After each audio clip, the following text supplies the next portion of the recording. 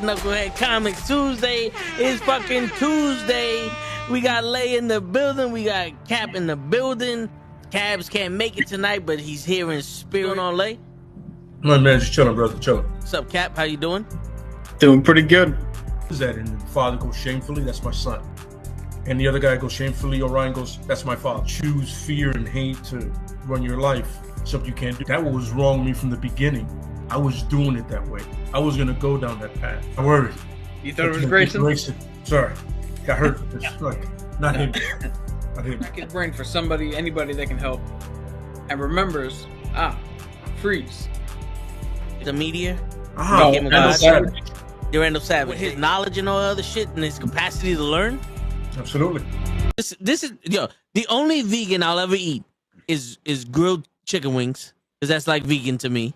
You know what I'm saying? Because the chicken wings are supposed to be fried, but you grill the chicken wings, you put it in some sauce and give it some blue cheese. Is vegan. That's vegan. Like regular moo cow fuck milk, put it in some Honey Nut Cheerios, vegan, because Honey Nut Cheerios good for your heart. You know what I'm saying? Can I steal the question from Cabs? I got it right. Look at this. I would also like to steal. I would also like to steal. I would also like to steal. You're too late. Wow. I stay loose, I stay hype, I stay loose, I stay hype, I stay loose, I stay hype. I could do this all night, cause I do what I like. Yeah, I do what I like, yeah, I do what I like. Sipping goose, sip is right, and I go with the flow. Yeah, I go with the flow, yeah, I go with the flow. Cause I know I'm the show. In the zone, here I go. In the zone, here I go. In the zone, here I go. Yeah, they know I'm a pro.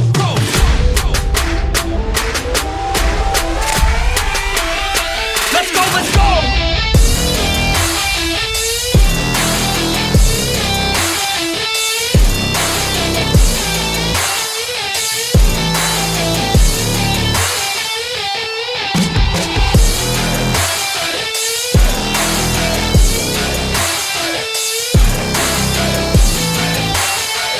Yeah! Let's go! Here I go, I get lit, I get hyped for this shit! That's right.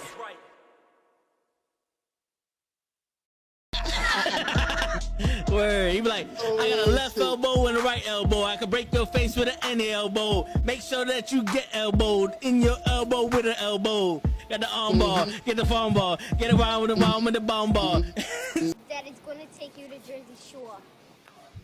It's Tuesday night and fucking Pootie's on his way to 8,000 fucking subscribers on YouTube. Pootie, fucking Knucklehead Comics out here. We eating healthy for once. We got the fucking peaches on deck. Fuck you. Fuck you, Iraq, up whatever the fuck you want to say. I don't give a shit. Yo. Fuck you too. And all the fucking people that decided to create the motherfuckers. I don't care. Every goddamn day we out here. Copyright that. My nuts, you cocksuckers.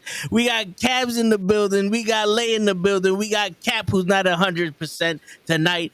But we all in the fucking building ready to kill it. One more fucking Tuesday. And we gonna kill it like some fucking assassins. And you spell assassins ASSASS because the ass is twice as nice, fucking bitch. Double cheeked up on That's a Tuesday night. That's right. You fucking holler at me. Ass. That's right. You fucking holler at me if you got a problem with that. We definitely put the ass in assassins. That's right. That's fucking right. Shit. Fuck you too. Shit. We out here every goddamn Tuesday night doing our fucking thing in the ring. And this is just Toast energy. This isn't any kind of supplements, any kind of drugs, alcohol, no Monster, Celsius. This is just Toe. That's it. That's it. That's how we fucking do it in the streets, man. That. I wish I was able to have. You don't drink coffee either, right? Not really, nah. Just I wish I had that energy without coffee. Not shit, man. Yo, dude, it's just it's one of those. I can serve it and then flip the switch and say fuck it and just throw it out on. I splooge all over the fucking viewer's face. Splooging all over the place. You know what I'm saying? Energy. Keep splooging your energy. That's right. Yo, and speak. Go ahead, Cap. I was gonna say, you want to see his energy? Be in the car with him on the ride home after work. And see his energy. I could imagine. I could imagine on the way to work too. I could imagine both scenarios. You think he's high energy? He's more like Jesus, take the wheel. Yo, but I drive better asleep than I do them 90% of the motherfuckers on the Cross Bronx do. I'll tell you that shit. Yeah. We can't go a fucking day on that highway without somebody crashing into somebody else. Motherfuckers. But yo, Lay has been trying to implement some parts of the show, like some toe tag tips, some cabs consultations, so what I'm saying, Lay's thoughts, some shit like that. Some little segment. So here goes a little tip for everybody out in the streets. You know what I'm saying? For everybody out in the streets. Listen. No go matter, fuck yourself. Yeah, Sorry. Listen, at the end of the day, you go fuck yourself, right? Because that's the way life treats you. But no matter how hard you push and how far you think you're going, and how much you work at something, it doesn't take. It takes forever to get to you. You know what I'm saying? And the more you count the days that you don't have it, the further it gets, and the harder the road is. That's a fact. And sometimes the road looks so hard that you want to stop walking on the road, and sometimes that road might be life. And I'm telling you now that you don't have a choice. You don't have a choice. You got to keep walking. You got to keep walking on that road, whether it be getting to where you want to go, fucking just getting to the next day. You know what I'm saying? There's a lot more that means something out of your life that you don't even know. You mean a lot more to people that you don't even know, and it's like, don't look at the end. They say the journey is everything. It's about the journey. That's because when you're looking down the fucking ocean, all you see is more ocean. You ain't gonna see the land until you get to it. So enjoy the fucking waves and let's get to fucking land, people. Stop with the bullshit. And let's get some shit going. You don't see the pot of gold at the end of the rainbow, but you see that beautiful ass rainbow. That's right. You see that rainbow the whole time. That's right. One of my favorite quotes of all time, I mentioned it here, Winston Churchill. If you're going through hell, keep going. That's what are it. you're gonna stop in hell? No. Yeah. Don't stop in hell. Keep moving. You get out of there. You get out of there. Yeah. Great tip. Great way to start the show.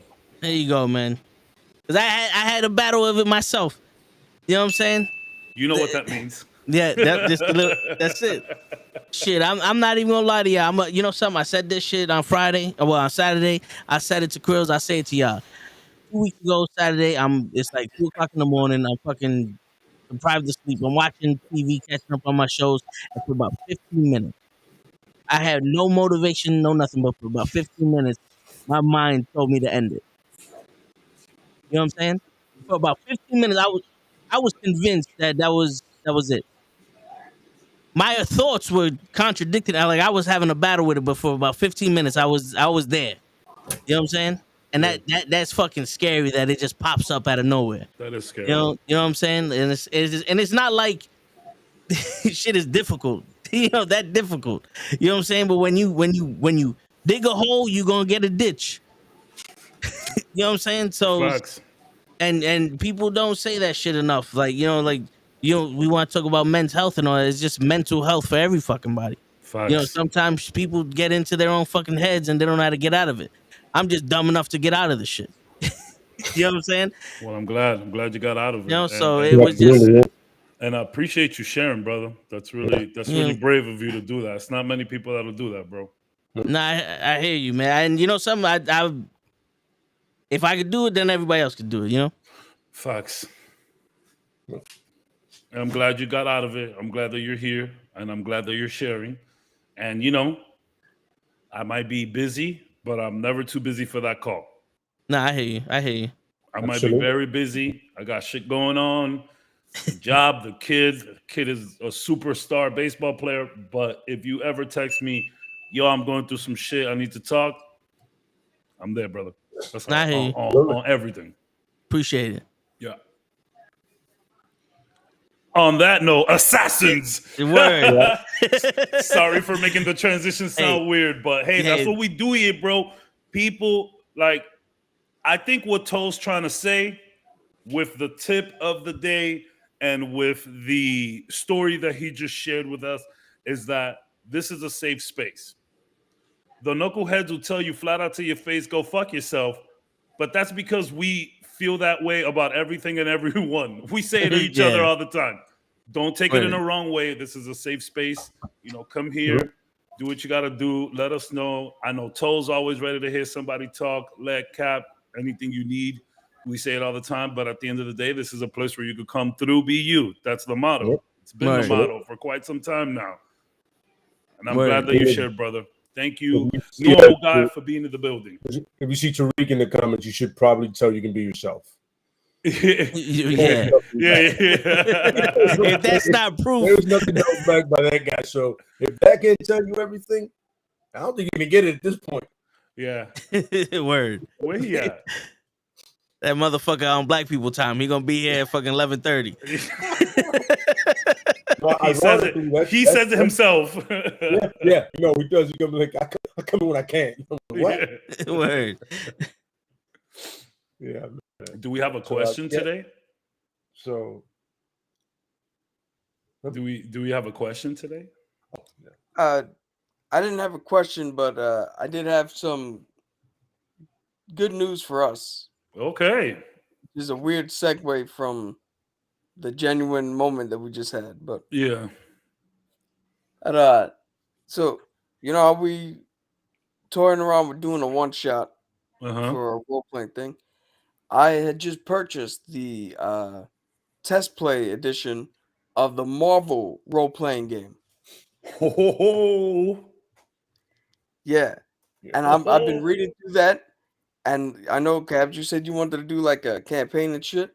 Yeah, I'm done. Nothing than us to create our own run around with the Marvel superheroes,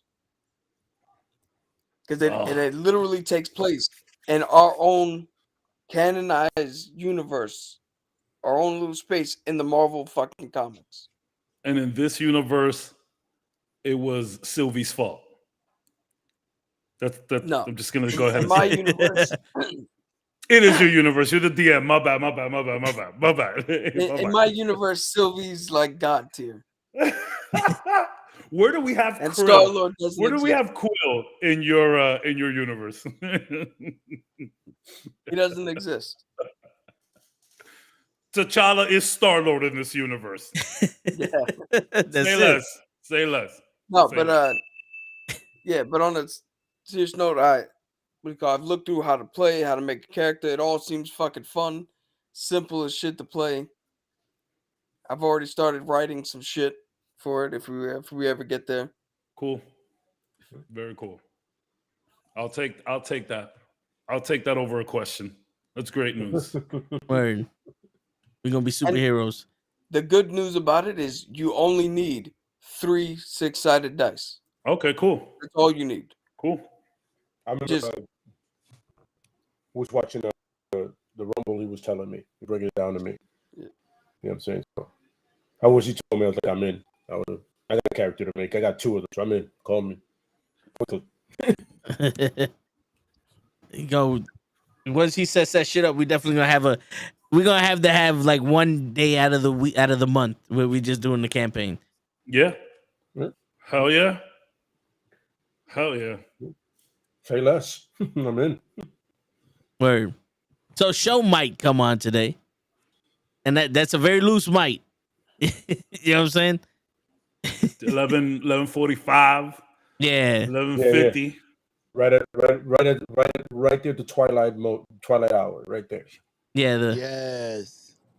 that might be the extent of him showing up, or he might actually show up himself. I got gas. I thought that was a segment right there. I thought he was here the whole time. I was like, yo, okay. There's always new sound bites of show. Yeah. So when I hear one that I haven't heard, I just think it's him. Yeah. That's not far off. You know what I'm saying? You have really good freaking quality on that thing, man. It sounds crispy. Sounds it's like in my headphone, like literally him right there. Yeah. Taylor's whisper thing is still my favorite. Oh, that's the best. Taylor's whisper is hilarious. We was watching a wrestling match with some of the women, and we're all just quiet, and all we hear is yes. So I went back on while we're watching the shit. I went back over to YouTube and I cut it without nobody knowing. That's so good. That's so good. That is good, bro. I was like, the fuck you saying for? I was like, yes, dude. Shit. Oh man, that's Word. Dark theme. All right, cool. All right. So can we do like a quick some like Ant-Man talk and what you guys been hearing and what you guys been seeing? Yeah. So I've been hearing some positive reviews, but I don't want to get ahead of myself, of course. A lot of people are saying what we thought, like, yo, this looks like back to form. But I did just read a headline right now that I don't know how to take. And I need you 3 experts in this field to let me know how you feel about it. Mm-hmm. I read Ant-Man 3 is MCU's Star Wars. And that made me nervous. That is first and foremost, that's fucking bold. That is bold. To throw Star Wars out in anything.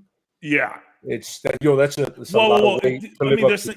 They're saying MCU Star Wars, but no, still. But I'm just saying it's still Star Wars that's living up to a lot. Because we know Star Wars is a corner over there that's Star Wars. Not the shit we got recently. The good Star Wars. So that's why I'm nervous, because we got a lot of shit Star Wars recently. Right. And I'm not the biggest fan, but I hear you guys talk about it, Yeah.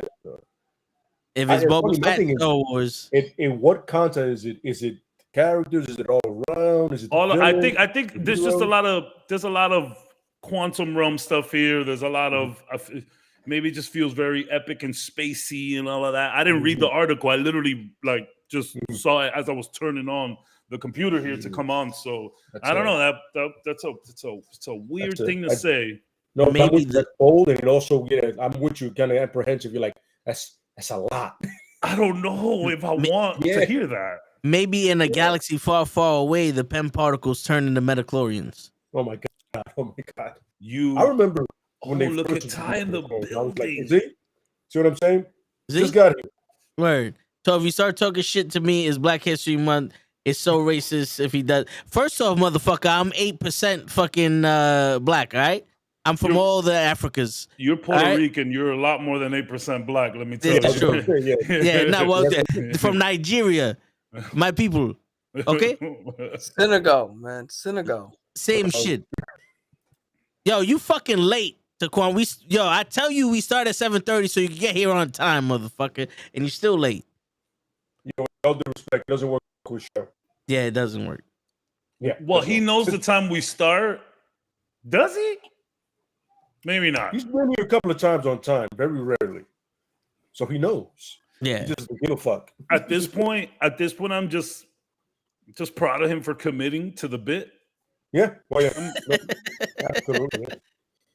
There is no way you cannot respect his level of that. Yeah. The consistency is real. Absolutely. Yeah. But yeah, you guys got your tickets. You guys now. You guys know when you're gonna go watch. Not yet. Okay. Yeah. But I'm gonna do my best probably to do it because I'm off Tuesday, Wednesday, and then Sundays. Okay. So you take that leap. So 9 out of 10 is gonna be Tuesday or Wednesday. I'm hoping Wednesday because thanks to Show told me about the matinee thing. I'm just jump in there, watch it real quick. A couple of old folks falling asleep and then get out of there. I love the matinees. Yeah. And I might catch something else that probably maybe knock on the cabin. I heard Batista killed him in that. I'm a big Batista fan.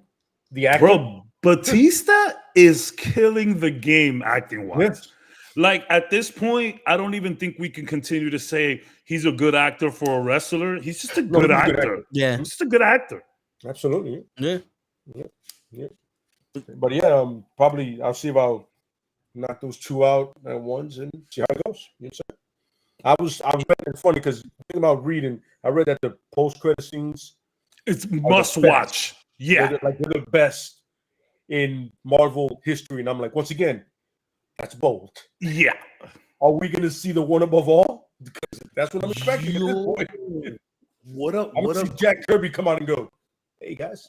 No, that's Doom. That's Doom. We're gonna see it. We're gonna see the metal mask. We're gonna see it. No.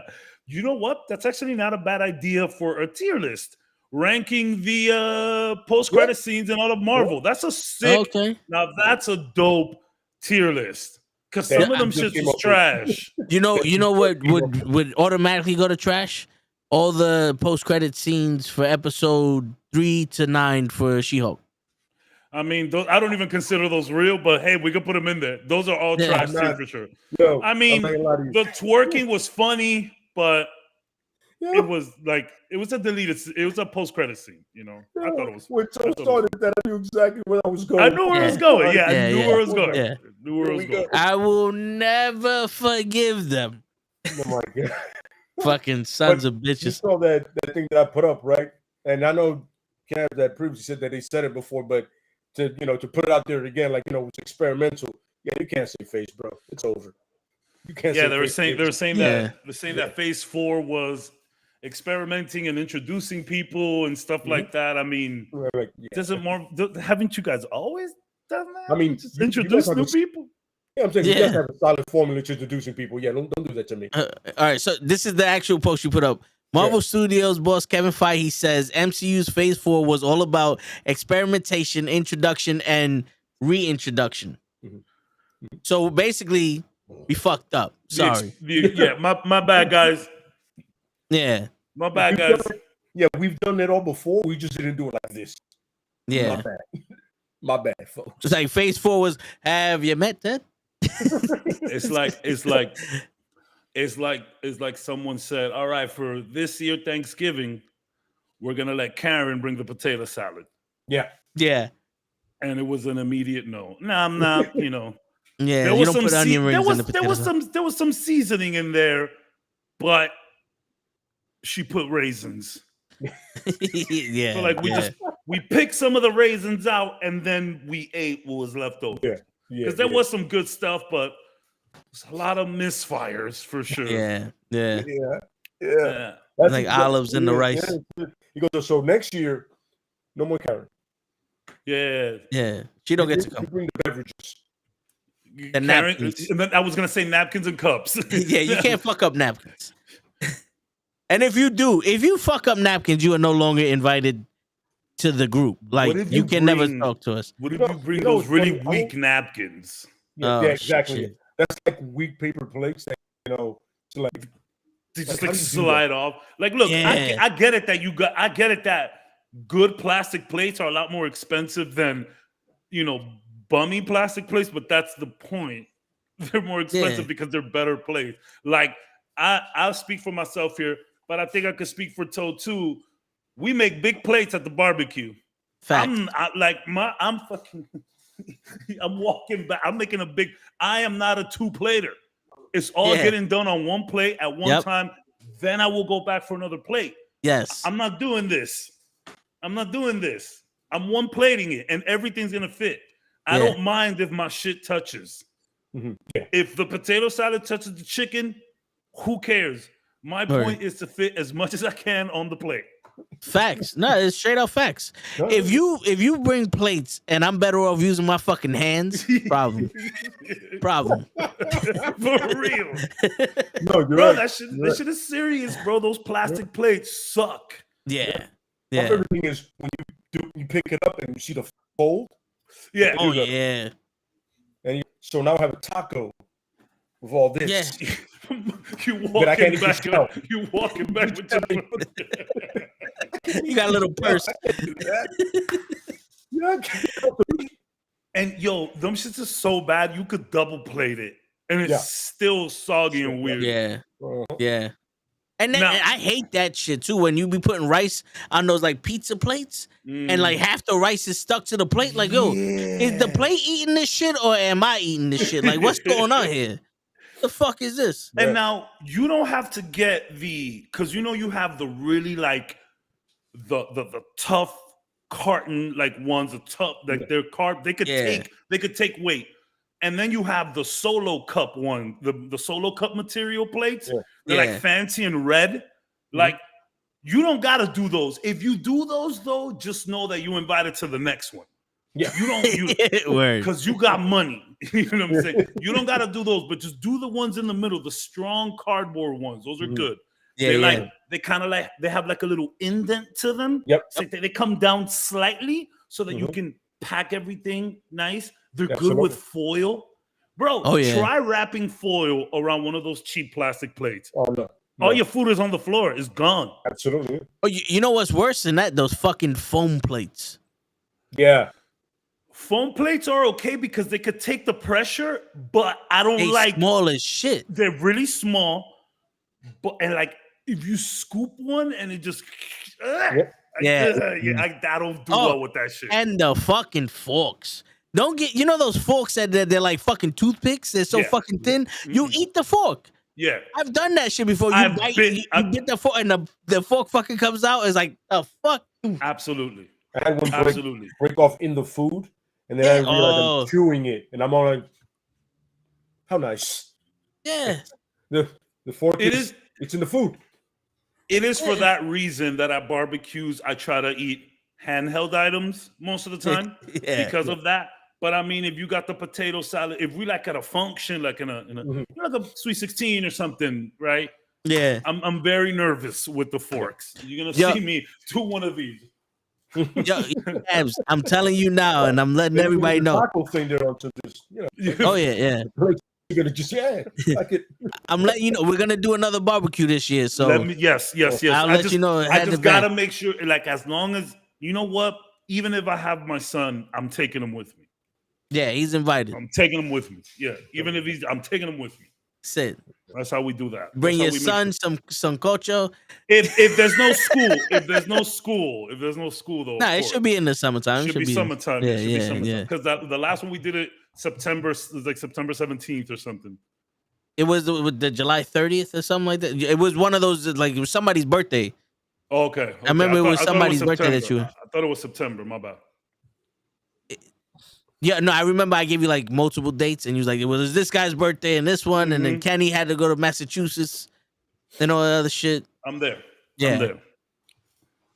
But how are you on the grill, Toe? Are you a grillman? Yeah, I people like my ribs that day. I have to get a better grill because that grill fucking sucked. Like the grill at the park, it was burnt through. Yeah. It's tough to just keep a grill though in New York, man. Yeah. It's tough. See, here, everybody got a backyard. I mean, I live in an apartment, but I could put it in someone's backyard, put a tarp over it for the rain, and we good, Yeah. Nah, I hear you. But yeah, Cat made these burgers last time that everybody loved, and listen, I'm not one of those guys. Don't touch my grill. If we cook together, I don't give a shit. You know what I'm saying? But yeah, man, it's just. How do you feel when someone is like behind you, eyeing your process? How does that make you feel? I had that before. Mm-hmm. Like there was this chick. We were over at my boy's house. I'm cooking these steaks. It was her birthday, and she's like, "Oh, I like my food like this," and she's all up in the shit. I said, "Don't worry about it. I'm gonna teach you some shit." I'm cooking. I made it the way I make it. And she ate it. She was like, "Yo, that shit was dope." I said, "See, if I'd have listened to you, that should have been trash." Shut the fuck up. Trust the process. Yeah, like if I ask somebody, no problem. But if you over here do that, like no. Look at the kids over there. They need your help. One of them is bleeding. I got this shit over here. Yeah. But it's hard to keep a good fucking grill. We had when I lived. This was a few years ago when I lived with my brothers. We had the crib or whatnot. We had a nice little backyard. We had a Traeger. Those are okay. I think it was a Traeger. I'm not sure, but it was pricey. And maybe we used that shit like 3 times. Damn shame. Yeah. What happened was we started getting into like frying turkeys and shit. I don't ever want to eat turkey again. We fried so much turkeys that year. And I hate turkey, bro. I don't like turkey anymore. Nah, shit, I hear you, man. Stank ass chicken. Right before that barbecue, I was looking up videos and like all the techniques to have the barbecues and all that shit. And it so much so that I was learning the fucking different zones Like you have the charcoal on one part of the grill, and then the other part is off heat and all that other shit. I didn't do it then because, like I said, it was burnt through. So most of the coal was like once it melted, it went to the floor. Yeah. So I had to just keep, but yeah, man, I was learning some techniques with that shit. Yeah. But yeah. I know you can hold it down. Yeah, you know, shit. I don't get this body by waiting for the bus. You know what I'm saying? I mean, yo, listen, man. Like, if you cooking, I would like you to be at the very least portly. I'm sorry. This is what it is. Yeah. I don't want the skinny person cooking. Now, I'm not saying that all chefs are whatever, like overweight or big, or I'm not saying that, but if we at a barbecue, I need to see you at least 170 plus, bro. 150, my bad, that's big. 150. I need to see you at least 150 plus, bro. You know what I feel confident with? Two things. One, like a sweat towel. Oh, yeah, yes, the sweat towel. It's important, it's key, because I know it's two things. You came with that from your walk. It's already there. It's established. And then two, I need to make sure that you're like, yo, kind of close. Yeah. You might knock something down. Close. I need that. I need the peripheral to be fast. You're my man. A little bit, bro. And then right on the shoulder. I need that so I can feel safe. If you grilling and you not sweating, something wrong. Absolutely correct. That's correct. Unless you're toe, because toe don't sweat. Very, very, very rarely. Yeah, it's got to be some real shit. Like, you know, like physical exertion. Yeah, no, I'd be fucking burning. Like, yo, I had my face like this close to the fire because I had to move the fucking coals so that way some of them can get hot. And I'm like, yo, I feel like I'm gonna show up with like half my face black and the other half is normal. Like I feel like I was tanning. I sweat, bro. So and we'll get into it. Sorry, you know how we do, y'all. No, yeah. So when I was like the 2 jobs ago, I didn't have a car, but I was really close to work. I was like, I would say like a 10-minute walk. So it was lit. It was light, bro. But it's that Miami humidity. Yeah. So when I would get there, like I would have a rag. Always had the rag, but my underarms were like extremely sweaty. And I even, Leon, what's going on? I had the spray deodorant that was like 72-hour protection against sweat. I had them shits as fucking, I would take 2 of them shits as fucking, and it didn't work. So bro, this is maybe TMI. I used to, on the walk to work, I would stuff napkins under there just so it wouldn't be that bad. And then when I would get to work, I had like a little fan on my desk. And I would be like this. I would like, put the hands over. So like it's just hitting the things. Yo, I sweat, bro. I sweat.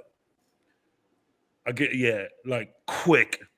Like you like the first thing I feel is, pause. But the streak down the back. And I'm like, I just know I gotta like, yeah. That's why people tell me all the time, they're like, yo, but you hot and you sweat, but you wear an undershirt all the time. I'm like, if I didn't wear this undershirt, you would be able to see through my shit with the amount of sweat. Like, trust me, this is out of necessity. Yeah, I sweat. No, I sweat. It's unfortunate. Yo, when I was drinking water before they decided to try to fucking kill me, the vegans would try to assassinate me with the water, bro. Let's just keep it 100. They might be on this list. Water is not exclusive to vegans. Hey, listen, I don't think the water made my list of assassins, but I get it. Hey, but they tried. They tried though. We're going into it. First, they first fucking assassin. tried. Water. Yeah, they fucking tried. But yeah, when I was drinking water heavy, I was in this fucking gym playing handball, and I swear to God, my entire shirt was soaked to the point where I had to wring it out. Like it was so soaked I couldn't put it back on. Yeah, I've been there. I think that might have been the most Puerto Rican line I've heard ever come out of your mouth. The vegan. God, son. You said handball. Oh yeah, I was a big handball player back in the day. Puerto Ricans do love them some handball. That's a fact. That's a fact. Anybody here says it's racial or whatever, go right now. Go to West 4th, the handball court next to the basketball court, right on the other side of it. You only see one jersey that's Puerto Rican flag. Yep. With netted. I swear to you, I will put down any amount of money and be like, tell me I'm wrong. It's a fact. And you got the big pun. You got the big pun song 100% playing on repeat. Yep, absolutely correct. Absolutely correct. Oh, you got some Hector Lavoe. That's what I was gonna say. Yeah, it's a fact. Some salsa right after the hip hop. It's not a genre playlist. It's a Puerto Rican playlist. Yeah. You're gonna hear some big pun followed by Hector Lavoe, and then you're gonna hear some freestyle. That's just that's it. And it's those three genres in rotation with the occasional hip hop, like other joint, like new joint. You go from Diamond Girl to Celia Cruz like nothing. You're gonna Lisa, just get ready for it, man. It's gonna happen. That's it. Enjoy yourself. And I'm telling you, it will not fail. You go over and go, there they are. Normal, what's going on, bro? It's like Orchard Beach. No one goes there for the water. Yeah. They go there for the handball because they play paddleball or handball. Yeah, that's it. You know that they don't play nothing but handball there when they still got the nets up for the basketball court. Yeah, fresh. Yeah, waiting for a ball to go through that hoop. Like abuse us, please. Yeah, and no scuff marks on the ground. Just clean court, bro. Yep, that's so funny. Yeah, oh, man, shit. We used to play that block handball. Well, they call it Chinese handball. Oh yeah. I don't know why they call it that, but that's what we went with. Chinese handball, where you bounce it on the floor first. Yep. Yeah. And we did that too. Yeah. We wasn't always allowed to leave the block. Yeah. For sure. Yeah, that was the thing. Couldn't leave the block. Chinese handball for sure. Yeah. I remember playing that once, and it was 8 deep, and you're about to get to the lead box. All of a sudden, you look and go, yo, dude, right now, I'm right next to the little morito that goes into the basement. I can't do anything here. Yeah. I can't. What am I gonna do here on this corner? Nothing. Like I'm gonna get hurt if I move any which way. Yeah, those Chinese handball games were intense. Yeah. And once you learn how to cut when you cut the ball, when you learn how to cut that shit, oh my goodness. Mm-hmm. That's just unfair. Ron was vicious. Ron was vicious with that shit. That shit was annoying. And the funny thing is that he can do it from the angle.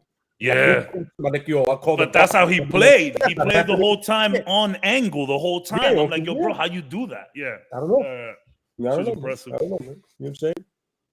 Remember, you can cut once from the. If you can do from the last box of the thing, then you move up to the first box. That was the goal. Yeah. If I cut from there to there, then I'm like, I get the first box. So didn't really work that often. I wasn't the best player. Yeah. It's funny because speaking of handball. Both my assassins that I bought today have deal with the hand. What? Both of them. Or have been affiliated. It's not Elektra. But hey, as much as you guys want to hate, she is up there in terms of top assassins in Marvel. She's there. Definitely. I mean, she was at one point in Marvel, period. She was the greatest assassin they had. Let's forget Elektra from the show. Yeah, exactly. The one and the movie.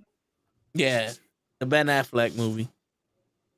Those old superhero movies do have a place in my heart, though. They're like, it's this fun. It's like a train wreck that you can't look away from. You know what's fun? They always did that one thing that was cool, like the raindrops.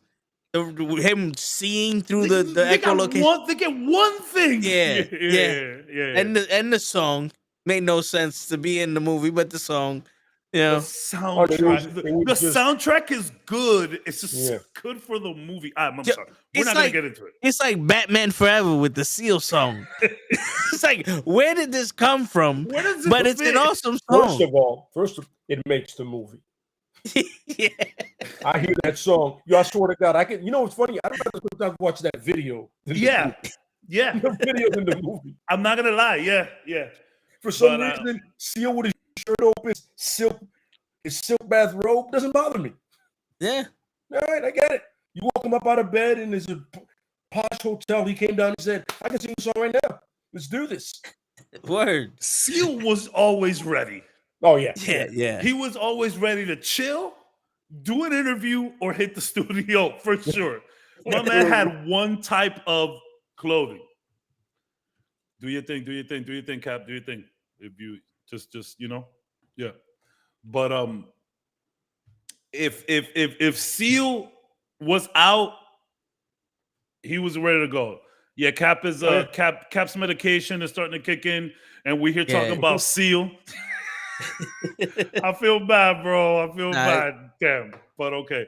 I guess we can start now. I would have really loved to hear his though.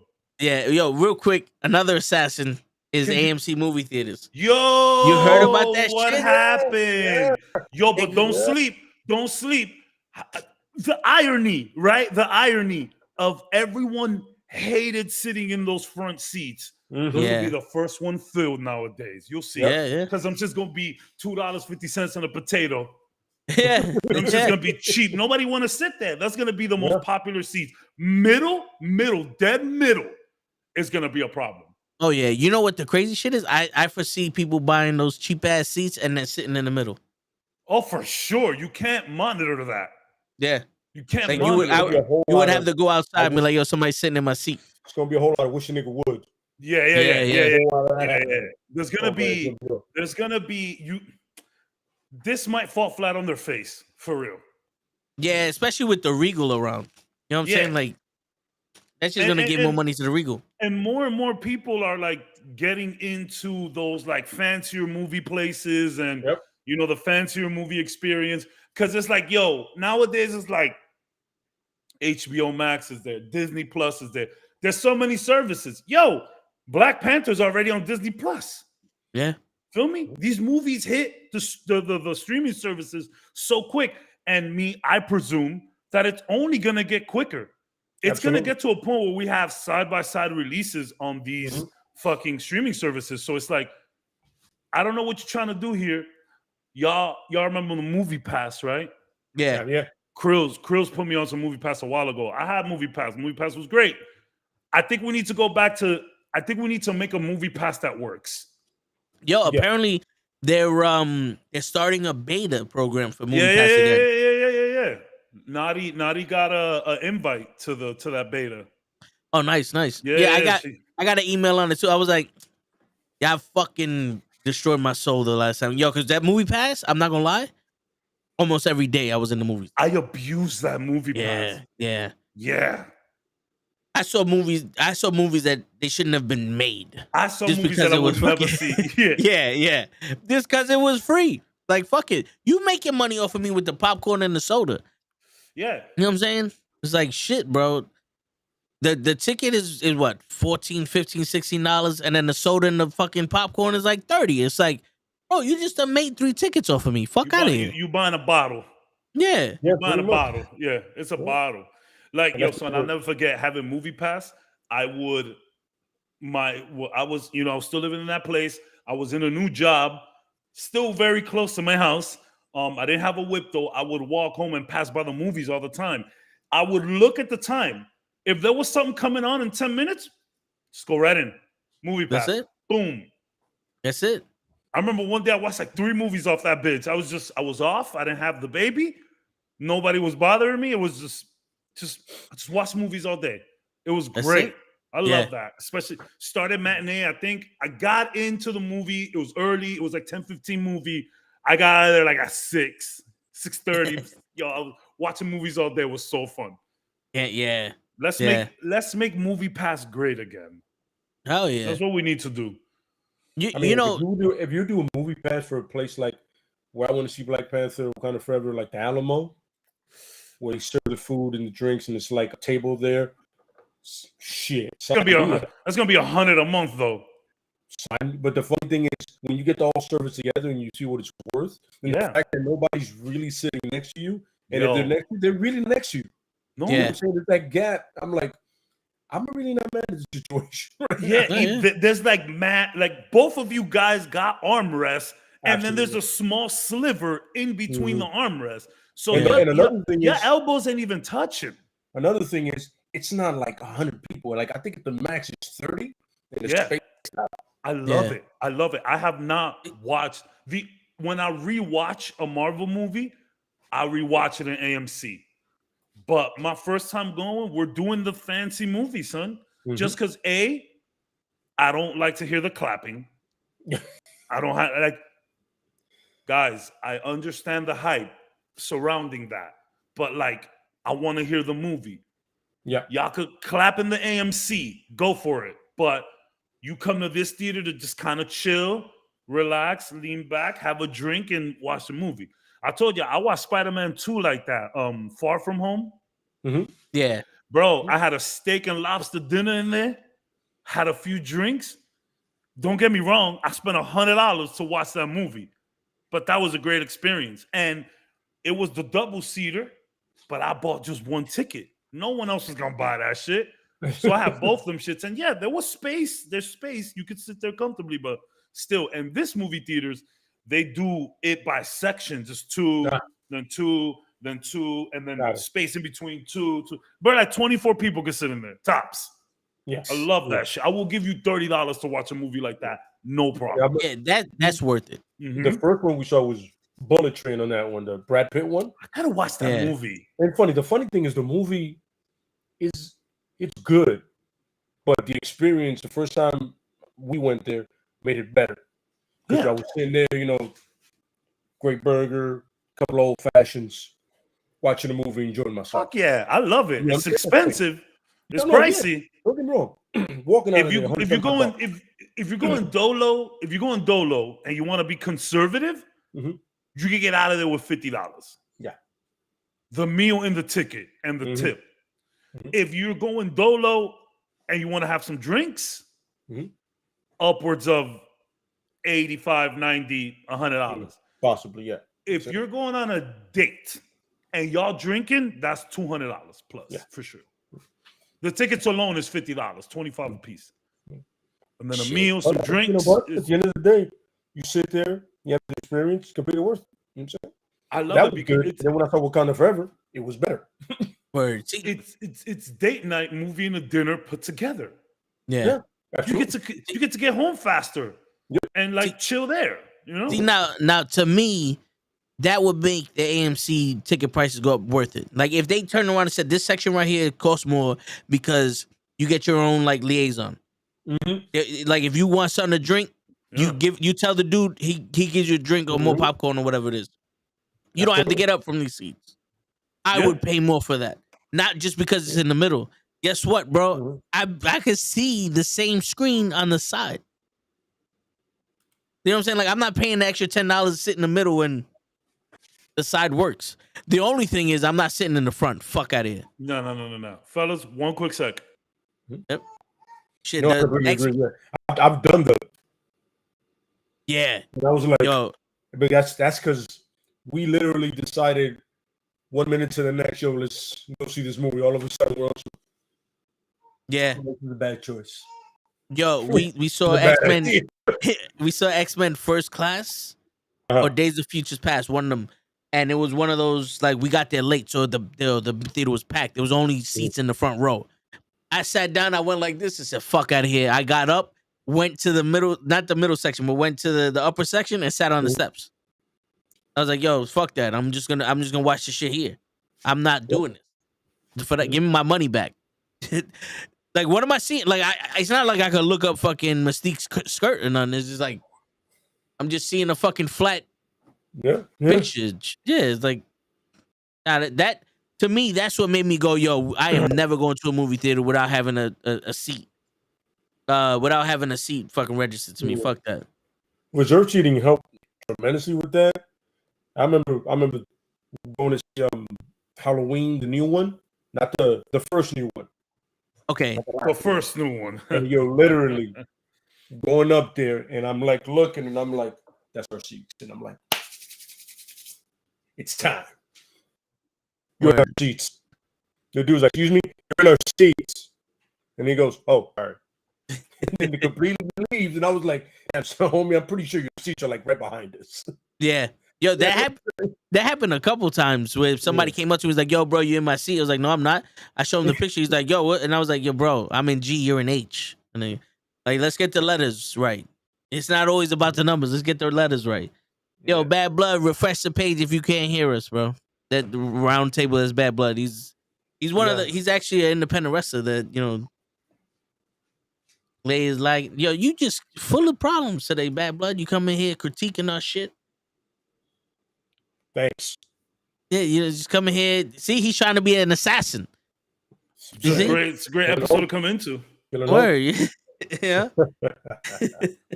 I hope that the movies could get it together because I still enjoy the movie experience. Yeah, I was born and raised on going to the fucking movie theaters. Like, I would still, if they came out and it was like, yo, you could either watch it in the movies or watch it on Disney Plus. It might be one of those things where it's like, all right, I'm gonna take the day off and go to the movie theaters and watch the matinee and then watch it with the family at Disney Plus. It depends. It depends the movie. Yeah. But nowadays I am more inclined to stay home. And watch the movie. Round table, we're talking about before we start the real topic, assassins in comic books, we're talking about AMC charging different pricing for different seats in movie theaters now. Yeah. Which could just be a heap of problems, but I wouldn't even doubt if that shit never launches. Or like if it just goes straight down into the ground. You know what? I can't wait for the beta version to start and that first Karen, or what's the name for the guys that they have? Kyle's. Kyle? Oh shit! I didn't know there was Karen and Kyle's to literally lose their shit and they go, well, now we Chad. That's good. Chad's good too. Yeah. You know what Chad reminds me of? Polo shirts. Chad, yes. With khaki shorts, polo shirts, khaki shorts, and tennis shoes. It is a country club name. Yes. With the shoes with no socks. But anyway, with a fucking lemon water and a golf club. Yes, there you go. So, and I would just like to say that Dominicans and all Caribbeans, while we're at it, get a bad rap for the no socks in the shoes. Yep. Everybody does that from all over the world. Absolutely. People do that. The shit ain't just Dominicans, it ain't just Puerto Ricans. Absolutely. Well, everyone does that. Yeah, I need socks though, because my feet be sweating. My feet get yeah, can't do that. You know what I'm saying? I can't even wear flip flops. Complaining for that, it's gonna be hilarious. I have a saying. I have a saying. If your man feet don't stink, you got a girlfriend. It's a joke, guys. It's a joke. It's true though.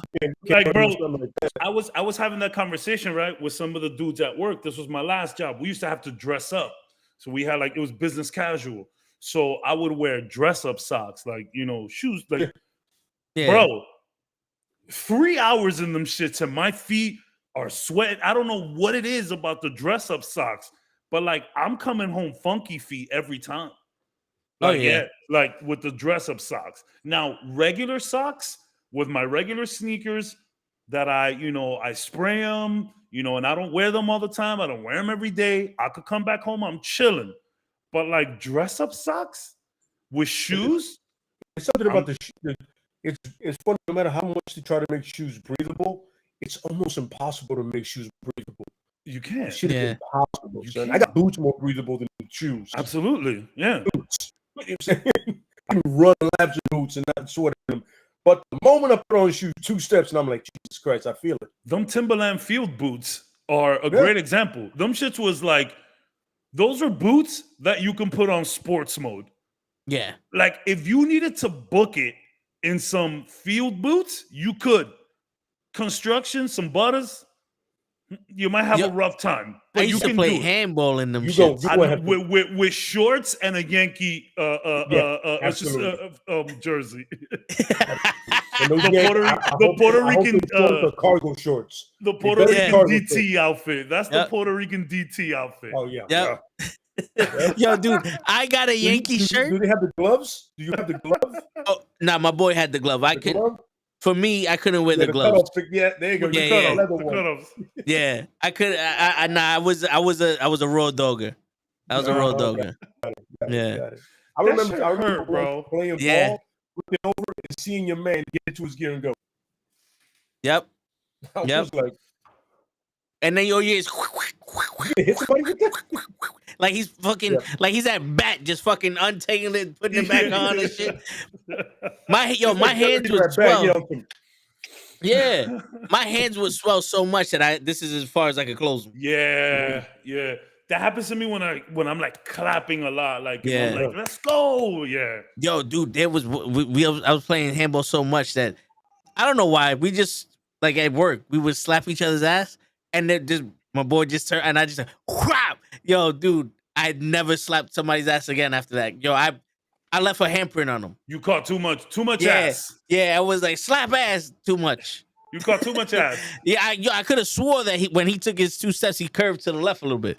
I put a cut in that motherfucker. I'm not on your team. I had a friend that would do that. I had a friend that would slap ass. It hurt.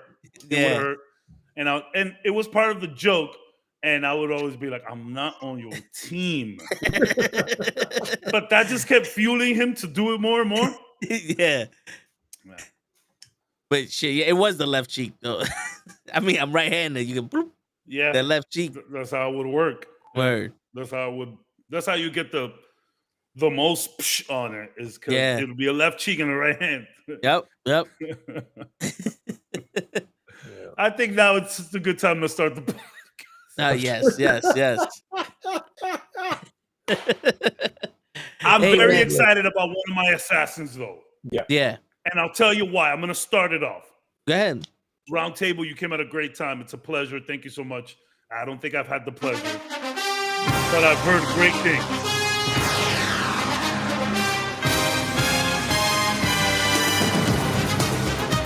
That's right. That's something. So you got to do the.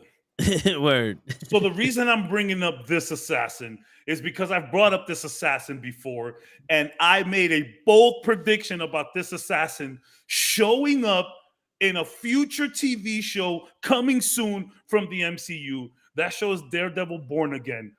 We will see Lady Bullseye in that show. Okay. I'm sticking with it. Thank you, Roundtable. We are going to see Lady Bullseye on that show. That's what's up. And so first of all, I am fascinated with the Yakuza. I'm fascinated with the Yakuza. I mean, to be fair, I'm a weeb, a weeaboo. For those people who don't know what that is, just a big nerd and geek over Japanese culture. I just love it. It's funny because if I would go to Japan, they'd probably look at me so crazy. Japan can be a little racist sometimes. A little. But I love everything about it, and I'm just fascinated with the Yakuza. It's kind of like the same thing I have for like the mafia, but old school mafia. There's something about a gangster gentleman.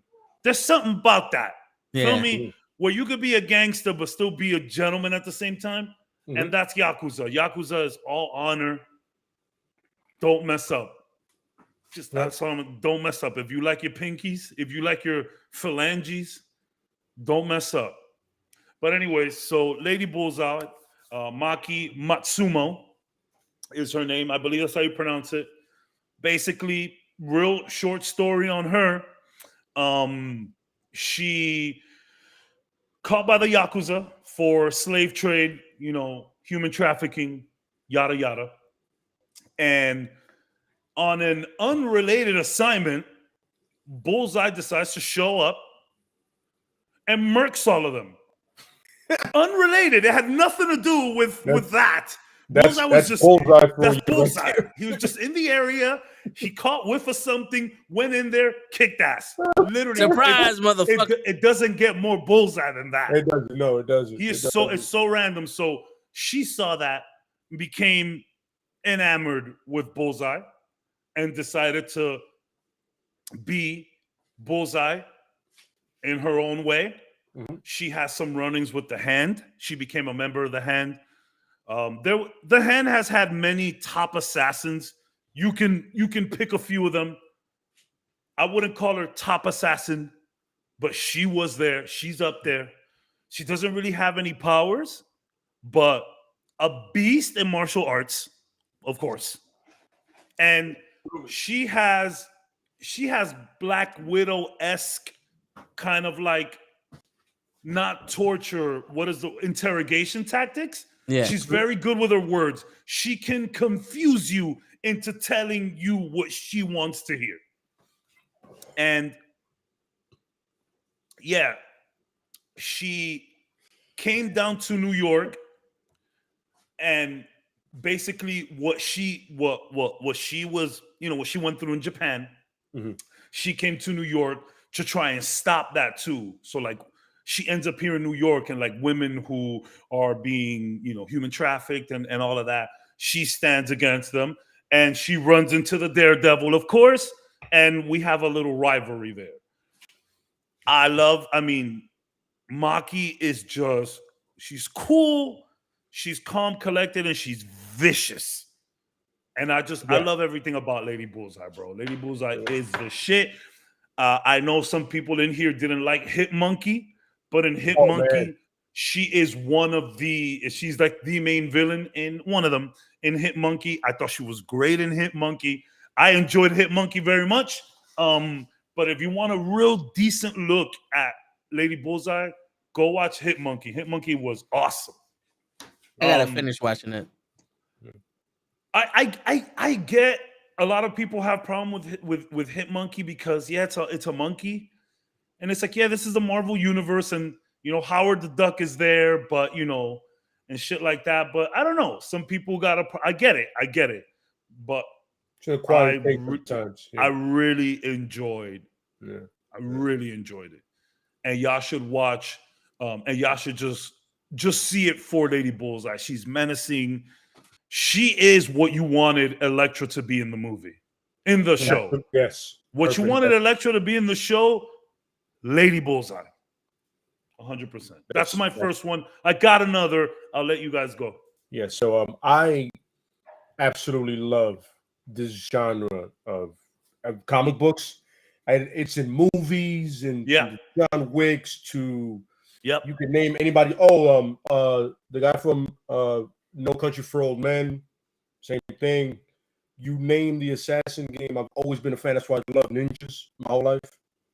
They're literally spies and assassins. Mostly spies. Ninja assassin. Fantastic. Snipers. You name it, I'm a fan. So this is near and dear to me because a lot of times it correlates with martial arts. A lot of times great martial artists are great assassins. Before you go. Yeah. I'm sorry to cut you off. No, go ahead. Do you consider the Punisher an assassin? Here's the funny thing this is hilarious part about this whole thing. I have never considered him because in definition for an assassin kills someone for either a political purpose or financial gain. The Punisher is not getting any of that. This is a personal quest he has. Yeah. So he never makes my list of my favorite assassons. Because it's not his deal. So then you wouldn't put him as a mercenary either because he's not getting paid. Exactly. Like people like Fury will pick him out for a mission, and at no point is any finance coming to him because he doesn't live for that. I've always had him, in honesty, he is a mass murderer on the criminals. Yeah. That's what a mass murderer to criminals. He's a cop with a green light. Exactly. This basically, because I see people put him on the list, and don't get me wrong, he has every skill set an assassin would need. Yes. Hand-to-hand combat. I mean, there's no weapon he doesn't know how to use within a couple of seconds. You know what I'm saying? Yeah. And he has a strict code, and his planning is absolutely flawless. It's meticulous. It's rare that an innocent person gets hurt, let alone die. Yeah. You know what I'm saying? So, but I would never consider the Punisher an assassin because he doesn't gain anything out of it. You know what I mean? Is he trying to rid the world of crime? Yeah, but he knows this is a thing he's never going to win. Yeah. I mean, Deathstroke does it. He's getting paid. You know what I'm saying? It's funny, that's leading to my first assassin. Let's go. 1 second. can't wait. You guys Yo. gotta give that a break. Yeah, so my picks, I'm gonna need your help with, but that's just a little caveat because shit's been crazy today. I hear you. This is right here. This has been assassinating my sleep. Number one assassin right there. Right, sleep. Assassinating our sleep. Is her. Hey. Elena. Look at you. Damn, son, look at her hair. She's getting so look at her hair. Yeah. We get some her. Yes. Yeah. So the first one, and I just like them. Same thing as the Punisher is he follows his contract to a T, and that's Lobo. Oh yeah, yeah.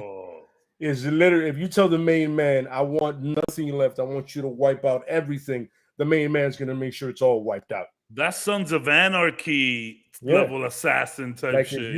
If you got the coin, the main man will take care of it. And the fact that he refers himself in the main man, and he can take on guys like Superman, Martian Manhunter, he goes for whoever. No, he's also a bounty hunter and an assassin because he can capture people, but he will kill if needed. If you pay him to kill somebody, that's once again the definition: paying for financial gain. Mm-hmm. And like he says it, if you got the coin, I'll do the job. No problem. You know what I'm saying? Now, if you want him to capture somebody, he can do that. But he's also an assassin on the other end as well. And I just love the fact that he literally says, this is what you want. Specifically, I will do exactly that and nothing else. And the contract ends there. You want me again? Get the coin. I come back. You don't. You'll never see me again. Or somebody might send me after you. I remember there was a comic book where he literally worked for that one guy, and like a week later, he killed that guy because somebody paid him the coin to kill him. And and the fact that he's pretty much indestructible, you know what I'm saying? And he has a strict code about following his rule. I love and respect what Lobo does, man. You know what I'm saying? Yeah. And when I did some research, they actually said it's like if like let's say he came to a party and he was supposed to kill one person, no one else in that party would get hurt but that one person. Absolutely no. Nope. He wouldn't give a shit about anyone else. You stand in front of him, he'll move you to the side, boom, kill this dude and go about it. Go about his business. I'm saying that's what I'm saying is his point is not mass if murder. we look at the definition of assassin, look at the definition of assassin because we have some questions in here. Love the questions. Yeah. A murderer, especially who kills a prominent political figure, someone who kills by surprise attack and is offered to do a deed and get paid for it. Assassin. Yep. Okay. A contract killer is an assassin as well. Make no mistake. That's just a different name for it. You know what I mean? I would say the same thing. A mercenary. Absolutely. Mercenary is the same thing. You know what I'm saying? So, but for him is like Toe said it perfectly. I'm here to kill you and only you. I'm not here to fucking make drive work of everybody. Yeah, for real. I'm here to kill you, and then I'll leave. The main man is here to kill you and leave. Yep. That's it. So yeah, that's my first one. You know what I'm saying? All right, so I got one that I don't think would be ever shown in the movies or in whatever, but David Kane. Okay. David Kane, yes. Yeah. So I'm gonna need a little help, but I know he trained Batman. Yes. And is the father to Batgirl. Mm-hmm. He's the father to one of the Batgirls. She becomes orphan. Yes, yeah. Uh-huh. And remember the girl I told you in the Birds of Prey movie? Yeah, the little Asian. That is the reason that pissed me off. Oh shit. She's supposed to. So David Kane knocks up Lady Shiva, and they have that daughter. Yes. Lady Shiva, David. You see what I mean? Yep. What I'm talking about? The level of badass. And you know what I mean? But I'm sorry, as you were saying. No, I hear you. So they trained Batman. Mm-hmm. Yeah.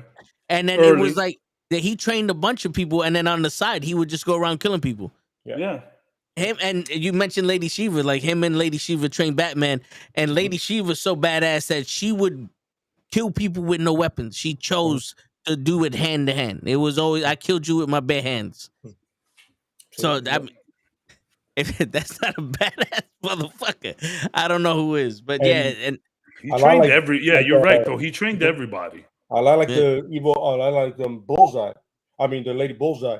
She works for the hand of DC, which is the League of Assassins. Basically, you know what I'm saying. So like every great assassin on DC side does that at one point or another, and then in Marvel, somehow you wind up in the hand, one way or another. Yeah. Both of my assassins have dealt with the hand, right?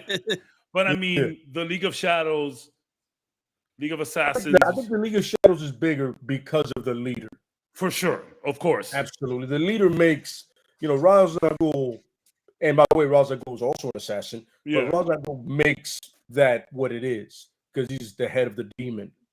But no, yeah, absolutely. David Talia is also a pretty badass assassin. Oh no, absolutely. yeah. Not the one from that movie that was whitewashed. But yeah, this one.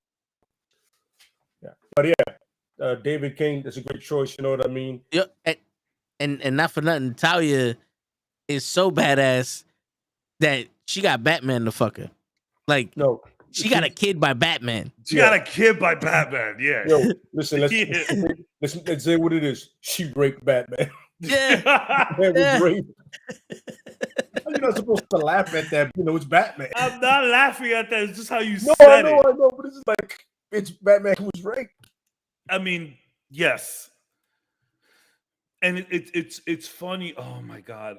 And not a lot of people like, yo, bro, she's twisted. Who was the guy that the real story of Clayface? Yeah, because there's a Clayface that they redid, but the original Clayface was he's like a treasure hunter. Mm-hmm. He ends up finding the Lazarus pit, and he was working for Talia and them, and he lied to her about finding the pit because he kind of wanted it for himself. So she just left him in there for like 24 hours. That's the real story of Clayface. Talia's no joke. They redid it for the show because it's just a little too dark. But that is the real deal. Yeah. She left him in the pit for like 24 hours. I think it was longer than that. It could have been days.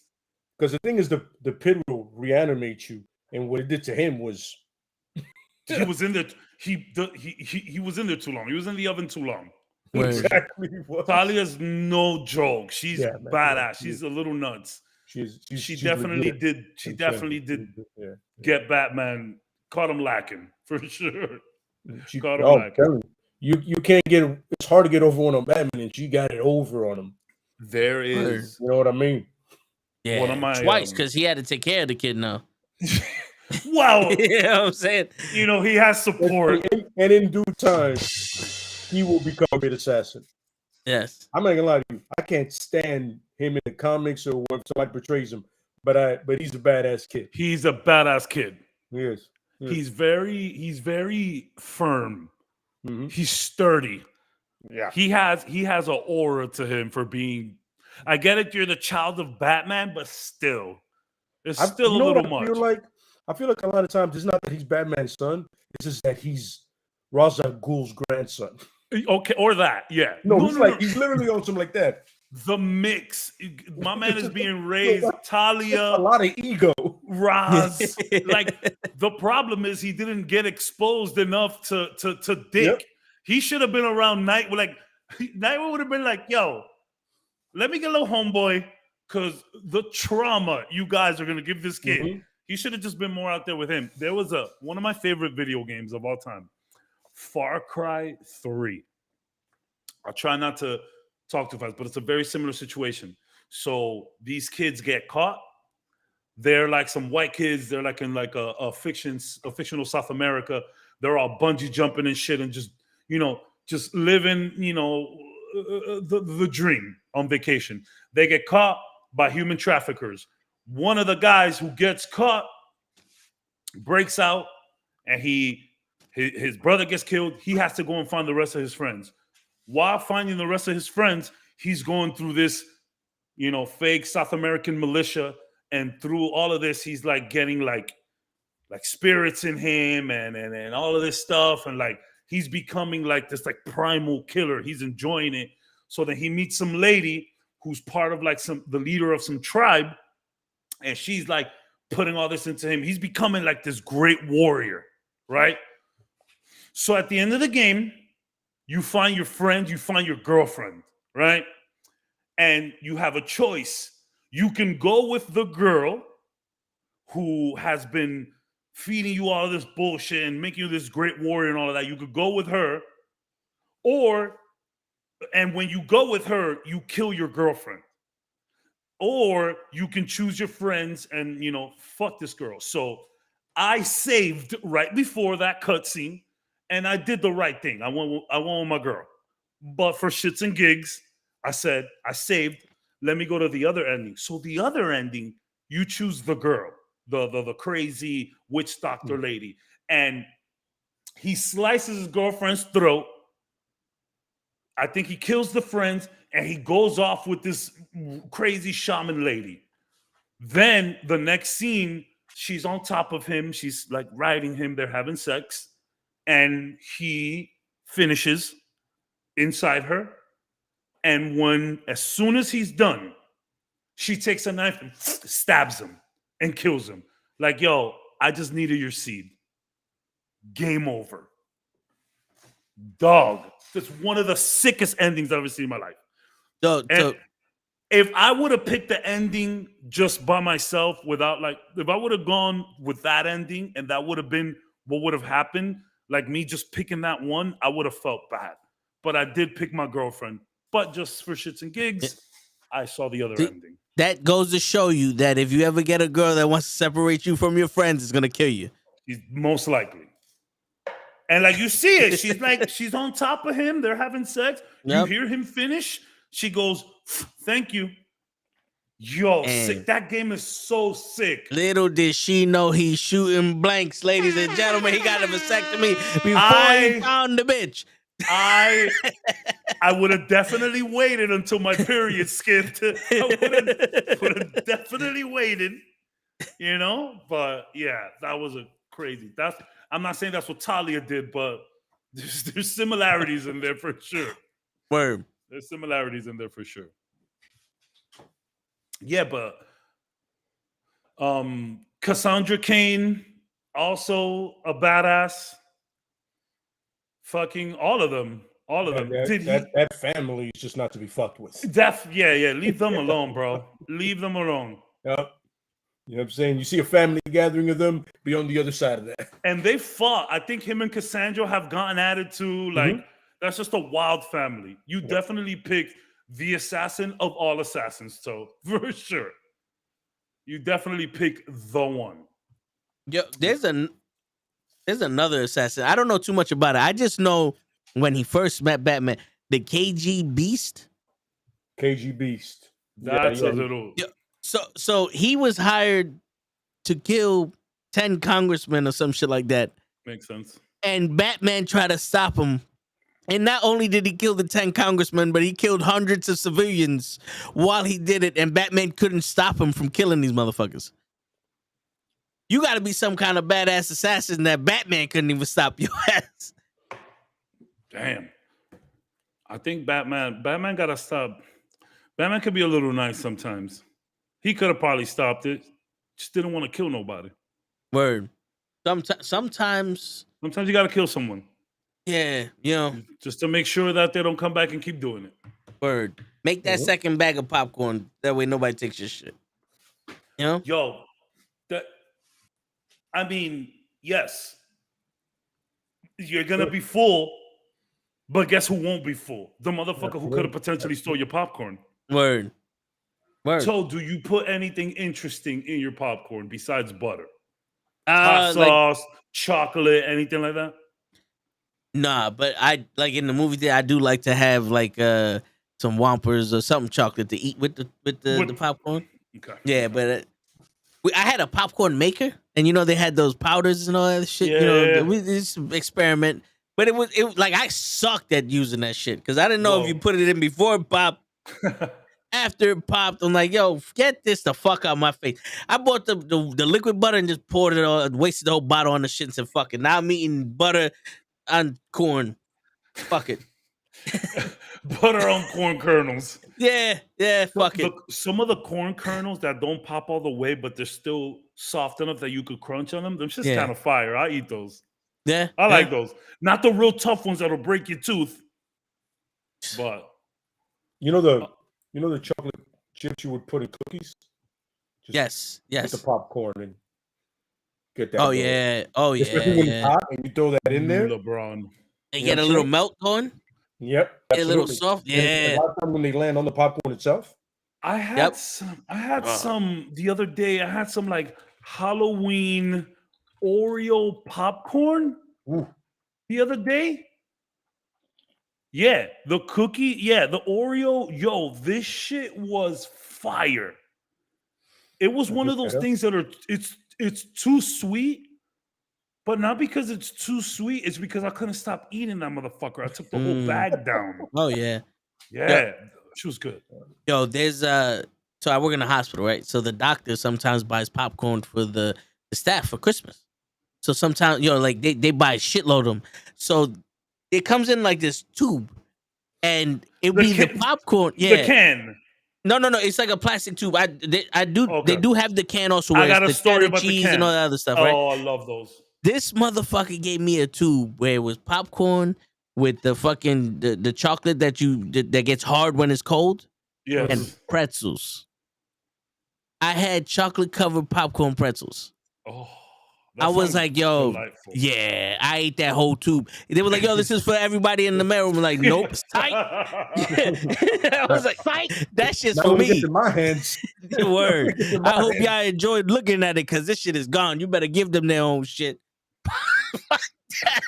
You're like, yo, heaven on a plate, bro. Yo, Normal, keep us updated on LeBron, please. Word. I would like to know. He breaks the record? If he breaks it. In the 6th grade, was it 6th or 8th? I think it was 8th, Miss Singleton. Miss Singleton was a big lady. Yeah, it was her. She would she'd raffle them. I mean, you had to do like something good. I think you had to get enough stars to go into a raffle. And you would win that big, like $20 tin can of popcorn. She was like this big. And you get the cheddar, the honey, the caramel, yeah, and the regular or the white cheddar, depending on the candy you bought. And I never won one of them shits, and I would see them go all the time. And all I wanted was I just wanted it one time. And and my mother was the type that it's not that my mother was like stingy with money. I mean, we were broke, so she kind of had no choice but to be. Yeah. But if I would ask her for some shit like that, she'd be like, yo, I could just get regular popcorn. Why you need all that shit? I'm like, Mom, I want it in the can. She goes, yo, here's $1 bag of caramel. Here's $1 bag of cheddar. Here's $1 bag. Here, enjoy. Eat all that shit tonight if you want. Like my mom, so, Les' cousin, Fern, Fern's mother is real quick. You could just be in the house. It could be a Tuesday. Nadas. Yeah. Bro, every time we will go into Fern's house, you guys want get an empanada? Anybody? Well, yeah. And I don't know what those heavenly fingers, I don't know what she would do, but them shoes were so good. Maybe it's because they was fresh. I don't know what it is. And she was just dumping them. Like, here, you take 2. You take 7. Take some home. Just empanadas, like, yo, they just kept coming. And I remember one time I went to my mom and I'm like, Mom, can you make us empanadas, please? She goes, bro, this is $1. Go outside and buy them. I'm like, thanks. I was like, Mom, it's the point. I kind of wanted them fresh. Bring them in, put them in the microwave. Now, don't get me wrong. My mom is an amazing cook and she cooks for us all the time. Oh, yeah. But she's definitely cutting corners, Yeah. It's like, this shit got to be an important meal for me to be fucking slaving away in this. You know how hot the kitchen get? Nowadays, empanadas is $3. I bet you be real quick to make them shits nowadays. I hear you. I got you, honey. I got you. I hear you. Yeah, empanadas is pricey. I ordered from some empanada place the other day. I was a little hungover. I had a couple drinks the night before. This was a while ago. And I woke up the next morning. I had to work. And I just said, no, this wasn't a while ago because I was already in the new job. This was home. So I had a couple drinks. I woke up. I ordered 4 empanadas from some like empanada place. Yeah, they're Chilean empanadas. Yeah, with taxes and delivery, a motherfucker was like $22. God damn, for $4 an empanada. Shit, that's racist, bro. I think so. That's racist right there. That's gentrification if I ever heard it.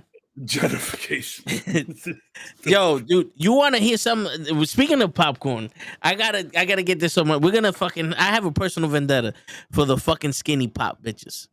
No, don't talk about. I like skinny pop. No. I never had it, but the thing is this: popcorn is like the best snack you can eat if you're trying to watch your figure, watch weight, because it's practically nothing. It's already skinny. Yeah. And then you come out with skinny pop, and everybody wants to be all fancy, like, skinny pop has a big bag, but you remember that fucking yellow bag of popcorn that was about 3 feet tall? I do remember that. There was nothing on it. It was just a big plastic bag full of popcorn. Yep. There's no brand, no butter.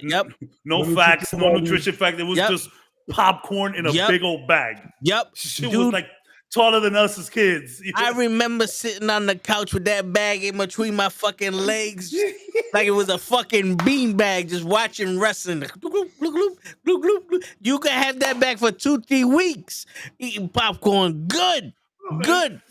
Yeah, with the rubber band and all that other shit. Chilling, bro. That was fucking popcorn and me. Like that was not only your best friend, but that was your meal. You know what I'm saying? And these fucking people ruin it with their trying to make popcorn healthy. I like skinny popcorn because I think it's salted perfectly. It's just salted perfectly. I never had it. I felt like that was one of those like diet popcorns. When it doesn't taste. It's not that it tastes diet. It just tastes. It's low salt. Which I haven't seen skinny pop with butter though. I haven't tried that. The salt and pepper skinny pop. Yeah, I tend to stay away from anything that says diet on it. Like the lightly salted Pringles, no problem. But like the sodas and shit. I used to drink diet soda when I was stopped drinking soda, and then it put a film in my mouth, and then I'm like, all right, I don't want to fucking come out like I'm not a snake. I don't need my mouth to fucking peel itself off and shit. So I said, fuck it, I'm going back to regular soda. It never did this shit to me. I'll never forget the first time I had the orangey white cheddar popcorn bag. That it was orange bag. Remember the orange bag? Yeah. I think it was Wise. Yeah. I'll never forget how good that white cheddar pop was. I was like, what is this? This is magic. Mm-hmm. That was heavy rotation, that popcorn. Butter popcorn is good, but white cheddar is my favorite. And that was like the second biggest bag too. That shit it was a legit 25-cent bag. Yeah. Like you felt okay. I mean, pretty much nowadays the smart popcorn, the black bag, they be getting you in those. Them shits is like halfway. But I remember popcorn was always decently sized. Yep. Motherfuckers. God, that man, those Wise white cheddar pop. Oh man, so skinny popcorn has white cheddar too, and also a good one. I just like it's not over salty. I can't do over salty nowadays. I hear you. Salt's not the best thing in the world for you. It's not even like a health thing. It's just like taste. Because back in the day, you give me the saltiest shit possible. Yeah. I used to eat salt packets when I was a kid. Just you know what I'm saying? It's not a health thing. I just overly salt, which is funny because overly sweet is the same thing. And even juice. I told y'all this before. I put water in juice, water it down a little bit so it's not that sweet. Like old people shit, but whatever. Yeah, we call it ice where I'm from. Yeah. Call it ice. More ice. Extra ice. Yeah, extra ice. You know? Extra ice. That's what it is. That's what it is. Okay. Yeah, You got yeah. me. Are you done talking about David? I got my next one. Yeah. My bad. No. Honestly, we're here filling up dead air. Word. This would have been more of a discussion if Cap was here with his. So we gotta pick up the pieces, and we will be talking about Last of Us. Did you guys watch Last of Us episode 3 and 4? I saw 3, but not 4 yet. Okay. I want to talk to you about 3 because I heard some shit, but we could talk about 3. Yeah. So my next assassin. So okay, maybe I cheated on this one. Maybe I cheated on this one. This is what started to be an assassin, ended up kind of swaying both ways, ended up being with a big bad, had run-ins with the hand. So maybe I'm cheating, but it like this one doesn't. Okay, this is not about contract killing for this character or anything like that. This is about having the physical properties of an assassin. Martial artist, quiet. You know what I'm saying? Deliberate, to the point. This assassin has powers, but okay. Psylocke. Psylocke is. I know I'm cheating. I know. No, an assassin can have powers or not. It makes sense as long as they. Yeah. I know, but like when you think of assassins, you don't think Psylocke. Psylocke is more of it's just a badass. Feel me? I just think of a mutant ninja. That's what I'm thinking. To me, she's a mutant ninja. Absolutely. Now, and the physical abilities are cool, but Psylocke is she's very confident. So I think she originally was fucking with the Mandarin. I believe she came out with the moniker Lady Mandarin. Mm-hmm. Betsy Braddock. Psylocke. The old case of amnesia, gets amnesia, gets picked up by the Mandarin. She goes under the moniker Lady Mandarin. Now, there was a character swap. I don't remember the character's name. There's a character swap that they did with her, where it's like they just canonized both of these characters together. Mm-hmm. I don't remember the name of the character, the other one. Sorry, I should have maybe bought some notes. I'll Google it. And then she just became moving forward. Psylocke, you guys might know her from hanging out with the Four Horsemen, Apocalypse and Angel. And I know maybe some of you guys seen her in the X-Men movie. What is it? Apocalypse. Yeah. Age of Apocalypse. We don't need to speak about it. Yeah. We don't need to speak about it. We just don't. But I always found Psylocke really cool. Her powers, her mutant powers. She makes the LeBron 8 already. Nice. She has the kinetic energy that comes out of her, and she can mold it into blades, which is her preferred thing to do. Molds them into blades. Oh. So, and your time is up. No, I'm just playing. Yeah. So yeah, you can see her a lot in the X-Men. So what I liked about her is she's very silent. Psylocke is deliberate and to the point. She's not doing the villain speech. She's not doing the hero speech. Just straight to it. Just look at how badass she looks. God. Click the big one right there. The big one to the right. On top. The big square one, like right there. The big one, top right. This one. Yeah. How cool she looks. That's a ninja, bro. Yeah. I don't care what anybody tells me. That's a ninja. I love the scarf on the side. Yep. So to her, like Psylocke isn't one of the most interesting characters. I bring her up a lot just because of the overall badassery. Just looks cool, acts cool, great power. Love the psychic abilities, and she can really get down. Had a couple of run-ins with the hand as well. I think she worked for the hand as well. Yeah. Love Psylocke. She's great in one of the X-Men games. She's literally one of the best characters you play as. Is that game when you pick which one to play with, and she's part of it.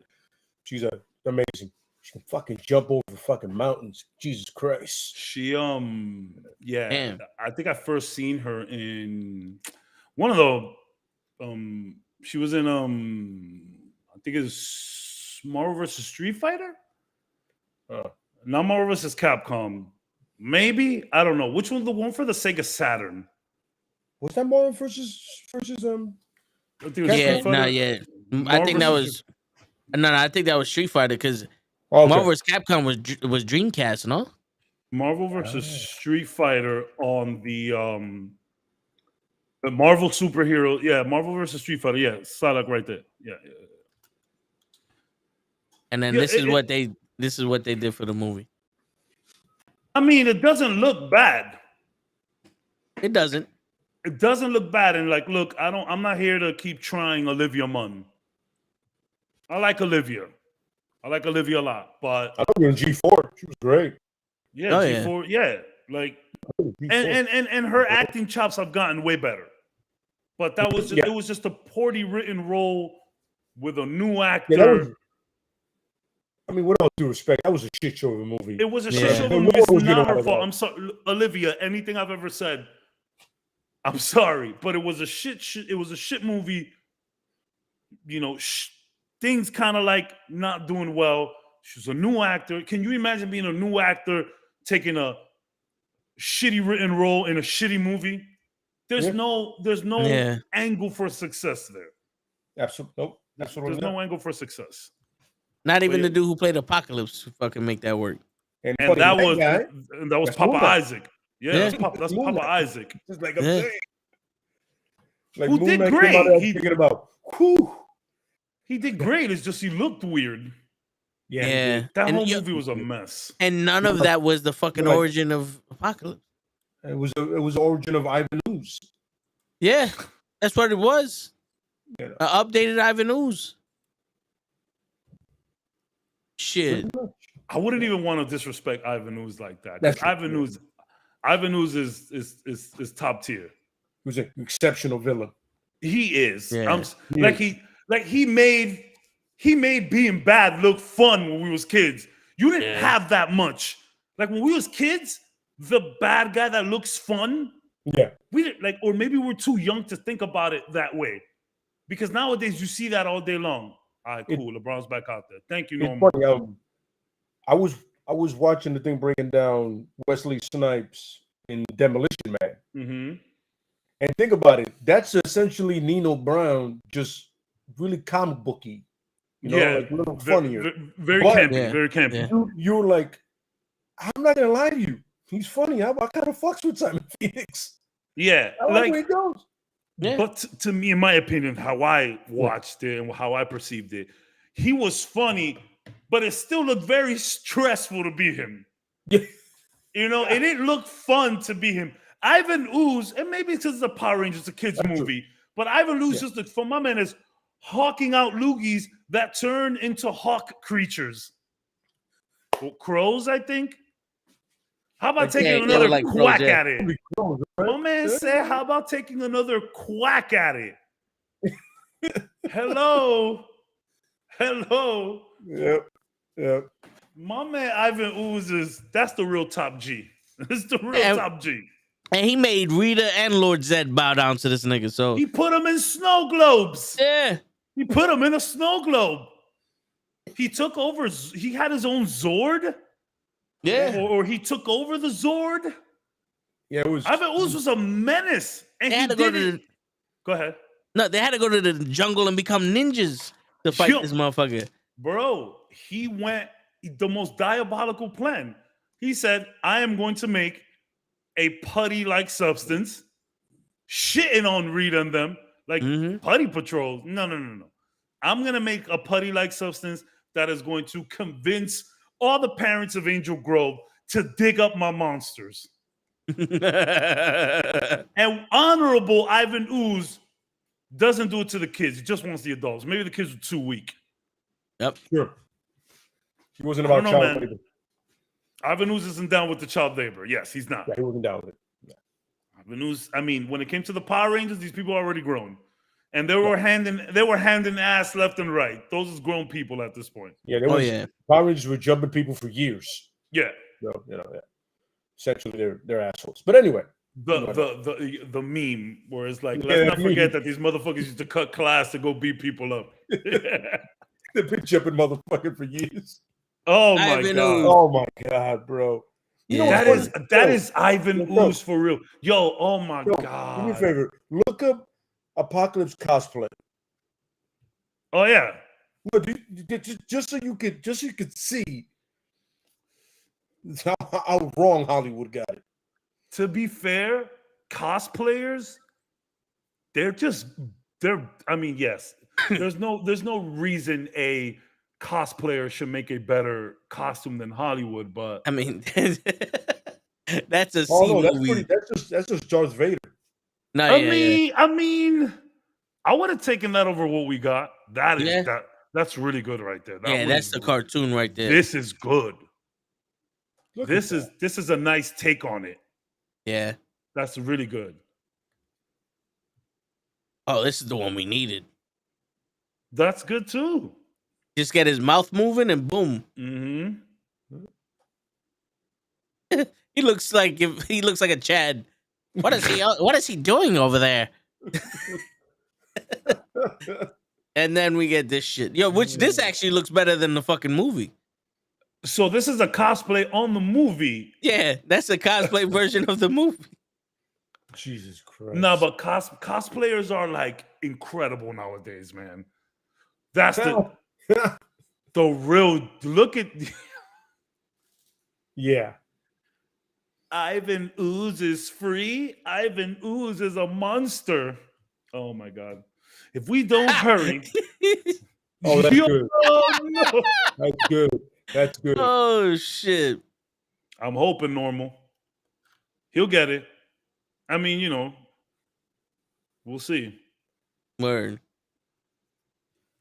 The disrespect. I didn't bring up Psylocke to have this happen, but Psylocke, really cool. Great. Maybe not a literal definition of assassin, but definitely a badass ninja warrior, badass martial artist, great psychic abilities. I've bought up Psylocke many times. I have tons of her cards. She's just cool. Yeah. She's like a purple Electra. It's a cool Electra. Yeah, with some powers. She's a cool Electra. Yeah.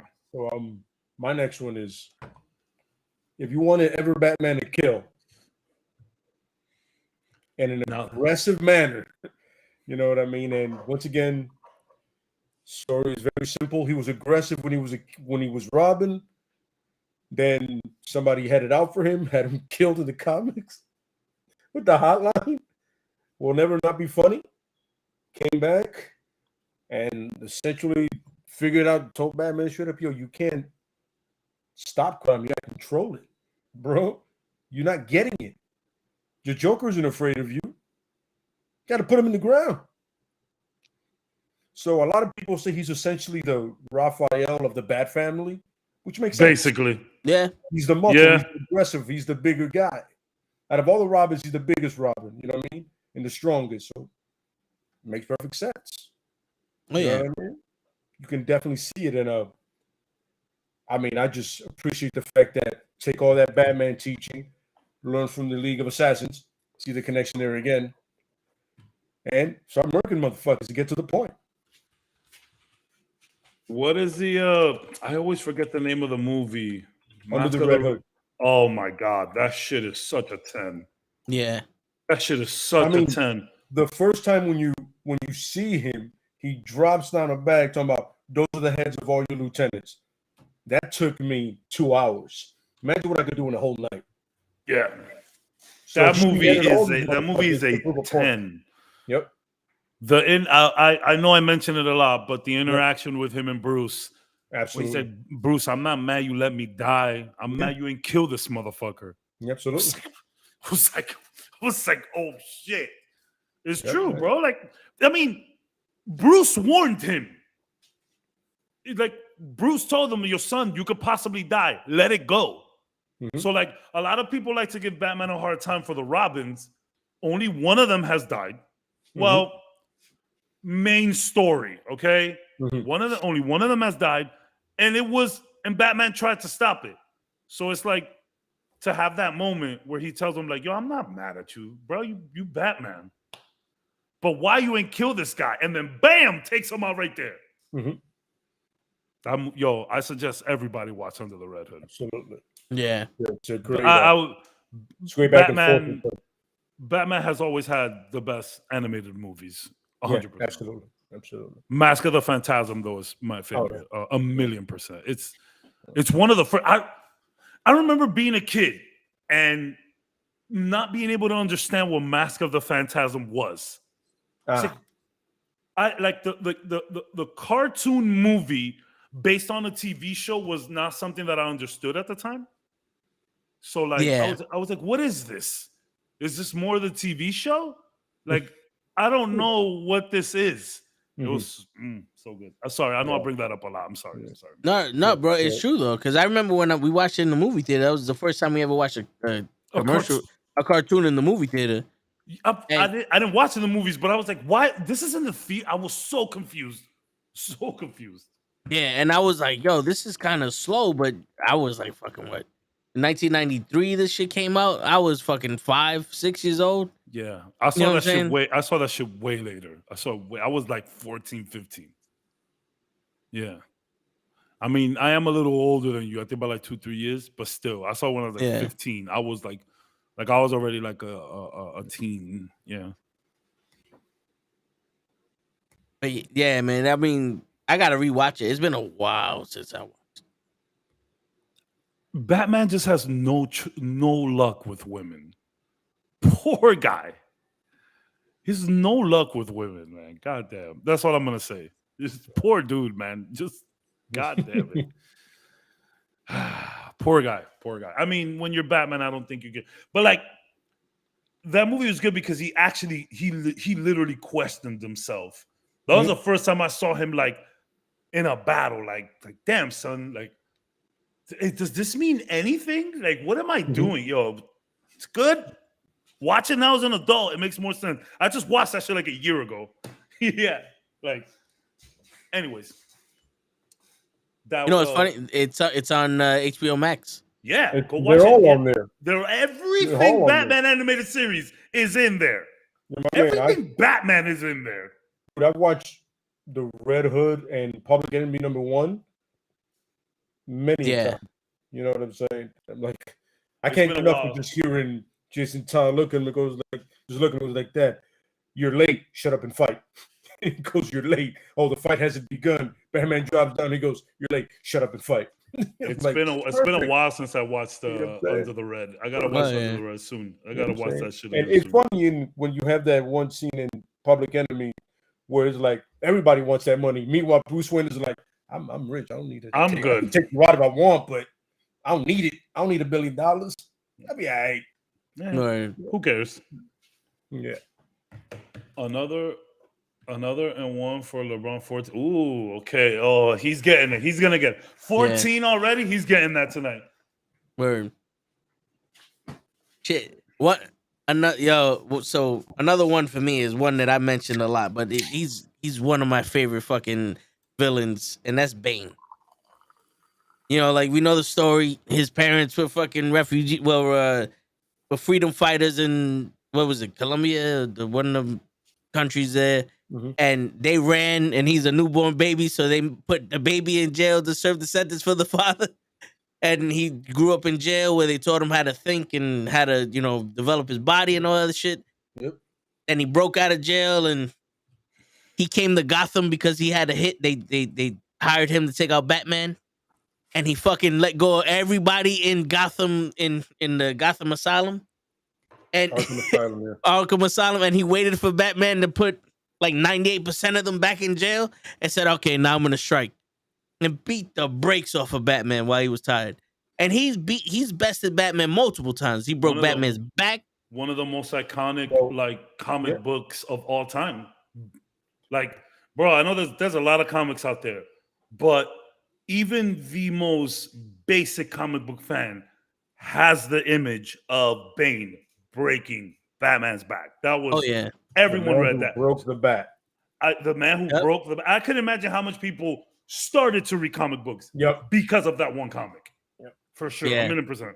And it's funny because he has the great combination of the brains and the brawn, and I don't think he gets enough credit for that. You know what I mean? Like he's as dangerous as he is without the venom, he's that much more intelligent. You know what I'm saying? And he's staying going toe to toe with Batman. You know, and beat him several times. Oh yeah. You know what I mean? God damn it, Ty. The way that I was, the way that I was described who Bane was, it's almost like Batman's superior. He's smarter than Batman, stronger than Batman, faster than Batman. You know, like there's a lot of shit that this guy can't do that's better than Batman. You know, that's why I liked him, because I loved Batman, and then you got a luchador, fucking wrestler, fucking strong as shit, fucking Batman up. Like, nah, sign me up for that one. Batman's Doomsday, which I liked the look before, but I appreciate when they updated the look that it looks more tactical now. Yeah, that he doesn't look like he's literally on that. Remember that luchador show they gave for kids? It was on, I think, CW or something like that. What? Which one? Yeah, it's called Luchadors. I think it was a kids show. Yeah, I remember that. Yeah, with the blue guy. Yeah. Mucha Lucha. There you go. Mucha Lucha. That I remember. Lucha, I was happy that he stopped looking like that. Yes. You know what I'm saying? Yeah. But yeah, no, Bane, awesome. Yeah, great character. I was wanting to see him kill the Joker just because I feel like he would be annoyed by the Joker because he talks too much. Seriously. That would have been an awesome like concept to see, like the Joker pisses off the wrong motherfucker. Yeah. Like Deathstroke is pissed. Like he fucked with Deathstroke. Jason Todd. And Deathstroke is like Jason Todd. Yeah.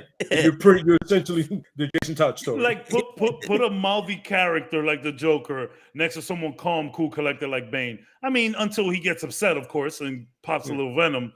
Yeah, that would be funny. For a little bit, he's gonna be like, "Why do we work with this buffoon again?" Yeah, buffoon is gonna work for them. What I like too is not only does Bane rival all of that shit, but he also rivals Batman's and Bruce Wayne's class. Yeah, absolutely. He's a classy guy. Yeah, yes. He knows his drinks. You know, like you put him without a mask next to Bruce. And some of the ladies might start listening to Bane over Bruce. Yeah, like especially with the accent. Yeah, and then you have the accent to boot. Reminds me of is it the Transporter? No. Who's the guy that I'm thinking about? The white guy. I think the Transporter's in the movie. His white suit. Damn, he speaks so well. Anyway, the menacing Hispanic guy. Not like Johnny Tapia. Johnny Tapia was something else. Johnny Tapia was something else, bro. But I forgot who I'm thinking about. I think it's Transporter, whatever. But yeah, he's suave too. He got it all. Big dude too. Holding it down for the big fellas. Like, you know, even women who don't like big folk, even women who don't like big guys, fucks with Bane. Like, all right, Zaddy, put me under your stomach. Just a cool dude. Just a cool dude. Word. Classy. Like, he probably has a sick wine collection. Yeah, I can see that. He gotta have, like, he knows his liqueurs for sure. See, that's the thing. Like, a lot of these assassins, I'm glad that you bought a Bane, because a lot of these assassins are so socially awkward. Mm-hmm. I named Psylocke and Lady Bullseye. You named fucking Jason Todd, who's maybe not socially awkward, but very aggressive. He's psychopathic. Yeah, and Lobo. Man, the cigars, the disrespect for the way he is. He just does not acknowledge people unless you're paying them. I love, that you bought some elegance into this. Yep. Word, that's what we do. That's a good fucking pick. Word. Good pick. Very good pick. Like, I could, like, it's very Kingpin. You know, Yeah, and I 'cause love look, Kingpin. I mean, how can you not like Kingpin? Like, yeah, he's a dick and he murders people, but he's also trying to clean Besides up. the point. He's also trying to clean up the streets. Yo, have you ever seen the movie Find Me Guilty with Vin Diesel? No. It's on Peacock. You get a chance to watch it. It's when they indicted the entire mob under Rico. It's a true story. He plays Vinny DiNorcio, Jackie DiNorcio. Okay. It's a true story. But in that movie, there's a scene where the fucking prosecutor is like, when you get a fucking pack of cigarettes, it's taxed because it's delivered on a fucking boat. Like he's saying how much they're costing these people. He goes, and not to mention they kill people from time to time. Yeah. It's like Kingpin. He's a dope dude. He kills people from time to time. But he knows his art. He's very elegant. Yeah, he's a sophisticated motherfucker. I saw the Netflix special on Taking Down the Mob. Mm-hmm. The way they tap those phones is literally out of a movie. My man got caught slipping. They needed someone to fix the phones. Fucking hitman, assassin, low key.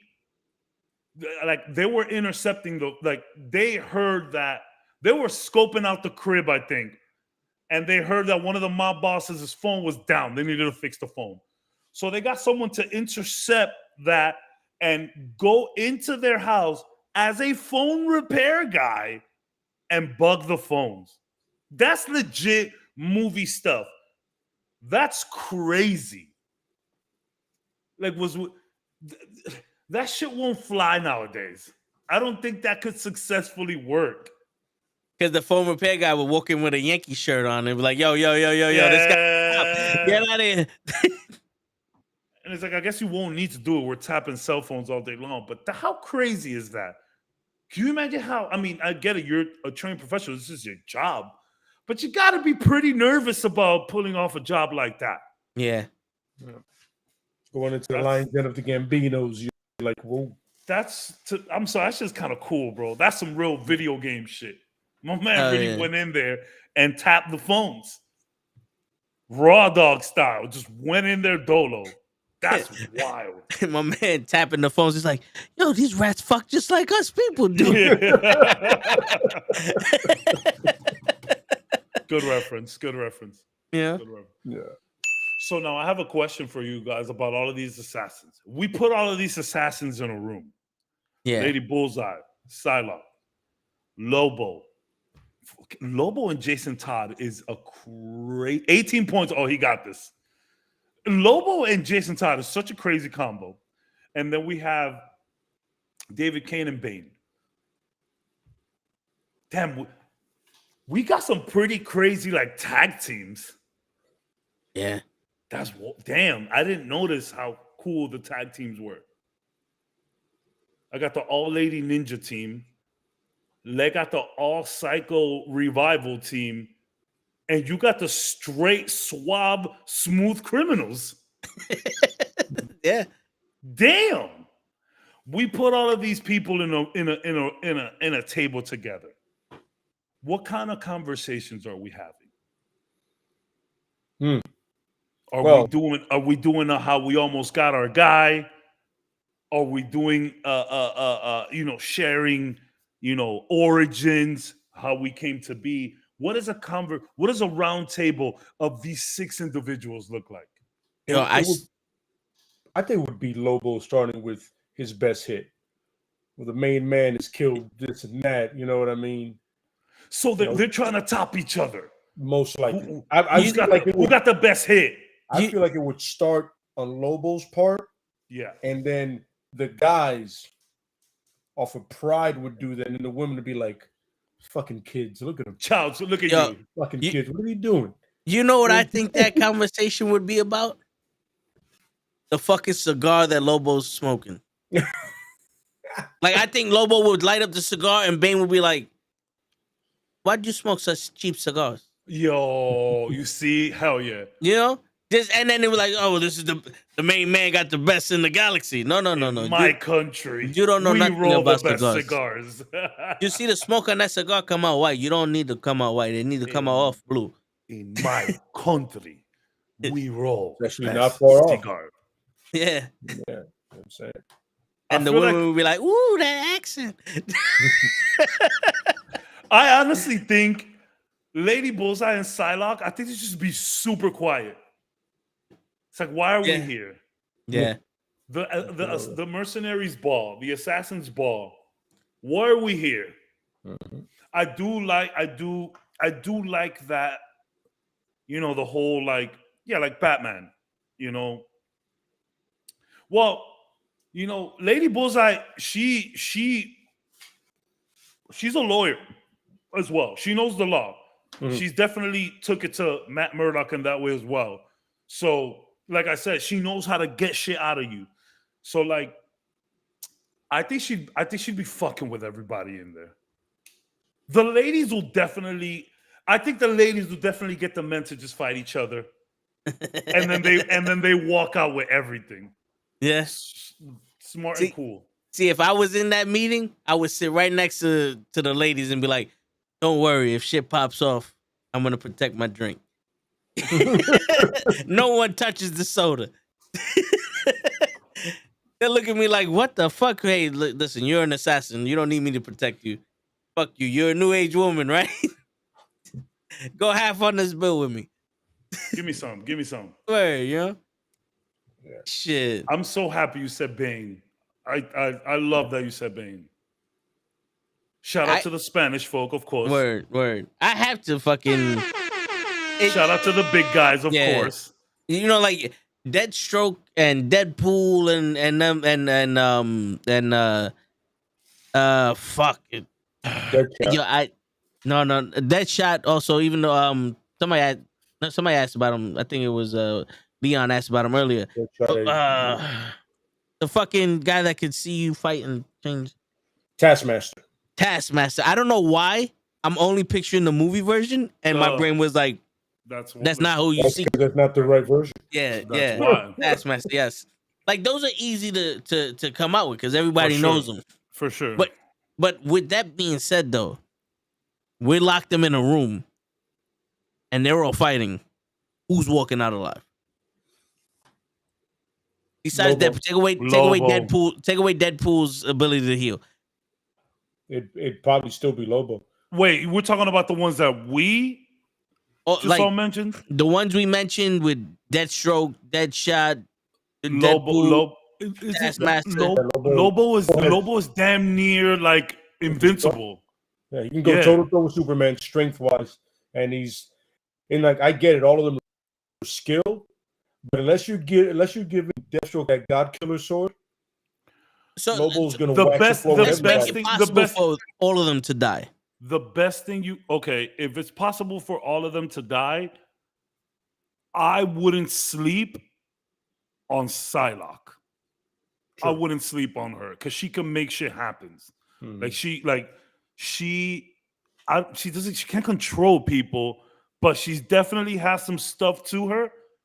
I also feel like Lady Bullseye might smart herself out of that situation, but I think Psylocke gets out of there. If they all could like rock, Jason Todd is gone. I'm sorry, he's gone. The spectrum of less characters is crazy because fucking Lobo. It's probably gonna come down to Lobo. It'll probably come down to Lobo and Bane, maybe. Mm-hmm. Yeah. Bane on the Venom, of course. That's the funny thing is, another thing is, as much as Lobo is strong and he's extremely intelligent too, people forget that he's as old as he is and experienced as he is, he knows almost every alien language possible. You know what I'm saying? And the man is literally a great strategist too. Everybody always forgets that because it's Lobo. Everybody sees the hair, the cigar. Nobody thinks of intelligence, and he is. But if they could, Bane is a master strategist. So that'd be an interesting fight.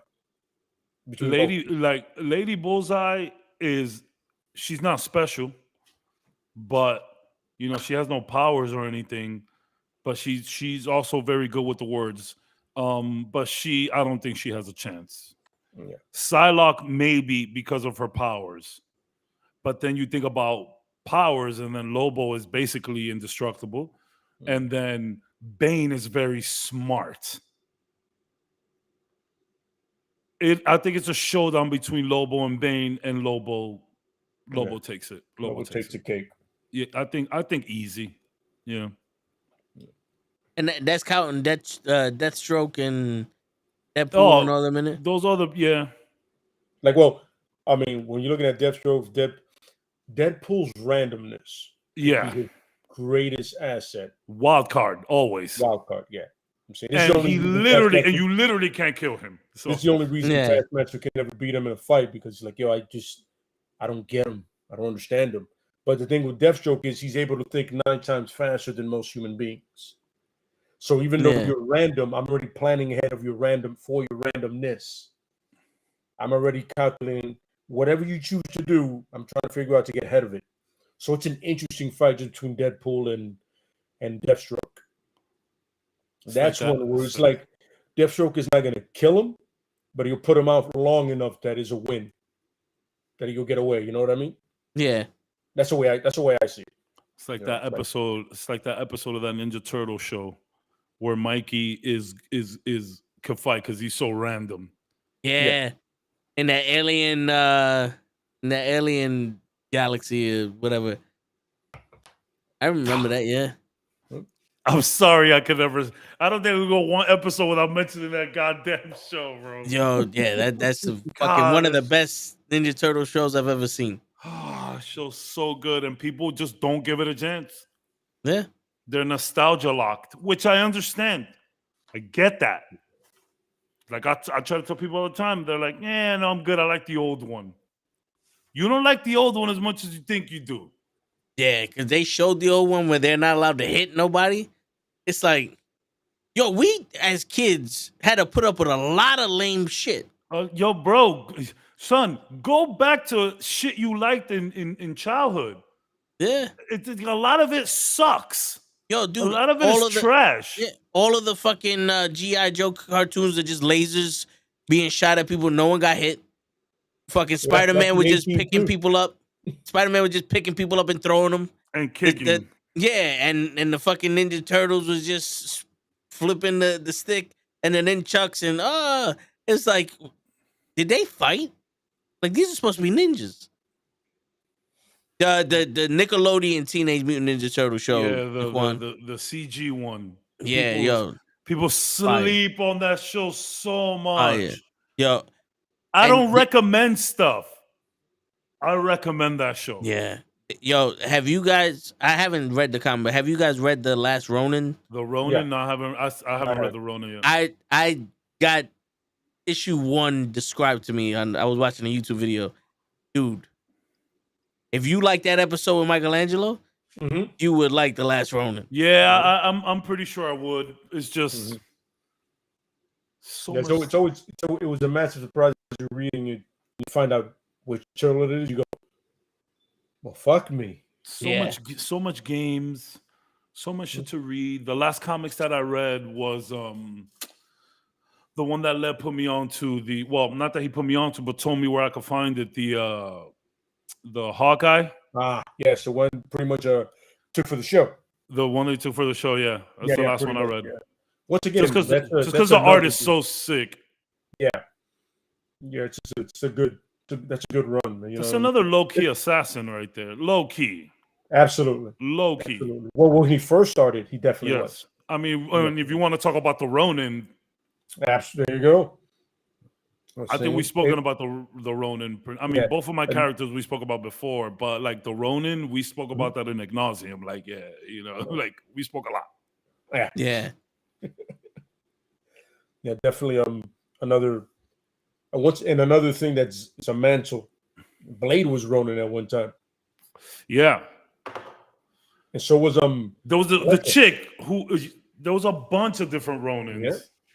Yeah. A bunch of different Ronins. So that mask has been passed down. That should stink. And of course, you gotta mention the original Bullseye naturally. Of course, he has with animanium a in fucking him. paperclip, huh? His back, yeah, he has animanium in him. Yeah, his whole it's pretty much like what they did to Wolverine. Basically, He has healing factor to do that, or they just like surgically put it. They surgically put it in there. Oh shit! Okay. Yeah. Damn. He has no powers, just a fucking amazing accuracy. And he's psychopathic. And yeah. Oh no, yeah. no, he shit. Yeah, he's yeah. No, and in the show, Buddy played him so well that like he made me uncomfortable. Yeah. The tapes. Oh yeah. Just how nervous he got around people. Man, what a fucking great acting performance. Who? I never knew Bullseye that way. I never knew him like that. That shit was crazy. Who would win? Like, who's walking out of the room, out of the situation alive? Bullseye or Deadshot? Bullseye. Deadshot needs a gun. Okay. Bullseye has aim with anything.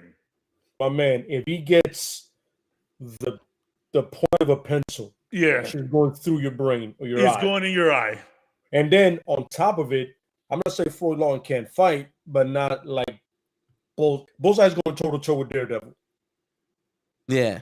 Toe to toe. You know what I'm saying? That says a lot. Because Daredevil is one of the top 10 fighters in all of Marvel. You know what I'm saying? Yeah. I mean, he has to be because he's taking on Elektra and all these other fucking assassins. Like, if you're living through those assassins, you got to be able to fight. Oh no, he's killed Elektra like multiple occasions. Just to fuck with Daredevil. It wasn't that he hated Elektra. When the first time he killed her, he didn't even know who she was. But he knew Daredevil was fucking with her. He is pretty much Daredevil's Joker. Okay. Does he know that Daredevil's Matt Murdock? Huh? Does he know the identity? He's one of the dudes that doesn't give a shit. He doesn't care. Daredevil, Matt Murdock, same shit. I'm gonna fuck with you all day, bro. There's one comic run, like one comic book where that's all he did for the whole issue. Fuck with Foggy, with just fucking with him, bro. The whole thing. Eventually, Daredevil put him down, but it was like the whole thing is him just, you know what I mean? Good stuff. Good stuff, Bullseye. And I was telling somebody, you inspired my character. Nightwing would make a great assassin. Who? Nightwing would make an amazing assassin. If he was actually fucked up in the head, yeah. I mean, not even. It was just the fact that he just wanted to make money, a shitload of it, between his acrobatics and all the skills, and the fact that he's actually a people person, that people generally like him. Shit, he can get anywhere he wants. So apparently, he's a good-looking dude in the comics. He's a people person. Yo, Lucky, appreciate that sub, brother. Word, thanks, Luck. Appreciate Thanks for giving up that shit. I've always think to myself, what hero could make a great assassin? Cap, definitely on the top of that list. Speaking of Cap, Natasha Romanoff, Black Widow. So I read that not only is she like the most used assassin from the Red Room and all that, but she was given a version that wasn't as potent as Cap's, but of the Super Soldier Serum. She got some in her, yeah. So I don't think it's super like she can get hurt. Yeah. Yeah. She got the mild Soldier Serum. She got the Johnson & Johnson. she got the J&J. She didn't get the second dose. Nah, she got the J&J, bro, for real. Not even the Moderna. U.S. agent got the Moderna. She got the J&J, bro. Yeah, I'm saying, yeah. Look, your Spider-Man would make an amazing assassin. Yeah. Too good. Shang-Chi. You know what I mean? Yo, if we can like put Shang-Chi in some like legit ninja assassin attire and just have him like do some like, just doing the Mandarin's bidding. Basically what his father wanted. Pretty much. Just what his father wanted. Yes, exactly. That's exactly Jam. what his pops wanted. Yeah, what his pops wanted. If it was what his pops wanted, it would have been a problem. Absolutely. So who's the one person that they put the best assassins out to get him, and they haven't got him yet? But like, let's say if it was Batman, right? Mm-hmm. Who's the one person that you would hire to kill Batman? Lobo. Okay. I wouldn't even think about it twice. I'd get the main man to do it. I mean, Batman can plan all day, but if you can't kill the dude, the Lobo don't stop until he gets his thing done. So he said he's the man of his word with the contract. It's kind of hard to go anywhere else. But if I'm gonna get someone to, I'll tell you this one. If I'm gonna get somebody to kill Batman, that's a good one, Lucky. Because I was thinking Talia. Okay. Ooh, but you know who I'd get. You know who I really get to try and kill Batman? Damien. Yeah. Oh, okay. Damien. I was Lady Shiva is always my first pick and everything. Yeah, that's what I was going for. I want them to do a show with her. That'd be dope. I'd love to do a show with Lady Shiva. If you're gonna do, if James Gunn's gonna do random ass people, let it be somebody cool that's random. Yeah. Her literally coming. Imagine one episode where she's teaching the dude, he leaves, she goes, "You hear, Bruce? You forgot this." That would be fucking dope. Right? Just little things like that. All of a sudden, somebody's walking out and goes, "Mr. Drake, we're not done." Just little things like that. I want to see. I would love to see Zatanna. Huh? I would love to see Zatanna. Yeah, absolutely. Yeah. Who would you hire? And what was that? Red Claw? What was her name? Oh, Red Claw. Yeah, yeah. Give me some of that. That was literally the first episode. Yeah. Yeah. Well, she was in there. Yeah. Mm-hmm. The first episode, the one that I seen, is the pilot with Man Bat. Ah. Yeah. Oh yeah. And then they have the Catwoman one. Mm-hmm. But I think how it aired on Fox Kids, I think we got the Claw very early. Yeah. Who would you hire to kill Lady Shiva? Ooh, Lady Shiva. Her. Yeah. You're gonna mix the best of two worlds. Yeah. Mm-hmm. And remember, another thing is Orphan doesn't speak. When David was training her, told her not to speak or anything in front of him, just to focus. Her life was solely to be the best fighter and assassin. You can't mess with that whole family, bro. I'm telling you. You got Lady Shiva and David, who got together and made the world's craziest little baby. Mm-hmm. You think Damien's bad? Yeah, Cassandra's bad. Cassandra's bad. Cassandra's real bad, bro. Yeah. Like if you see her her Batgirl suit, there's no mouth. There's like no mouthpiece. It's sewed up.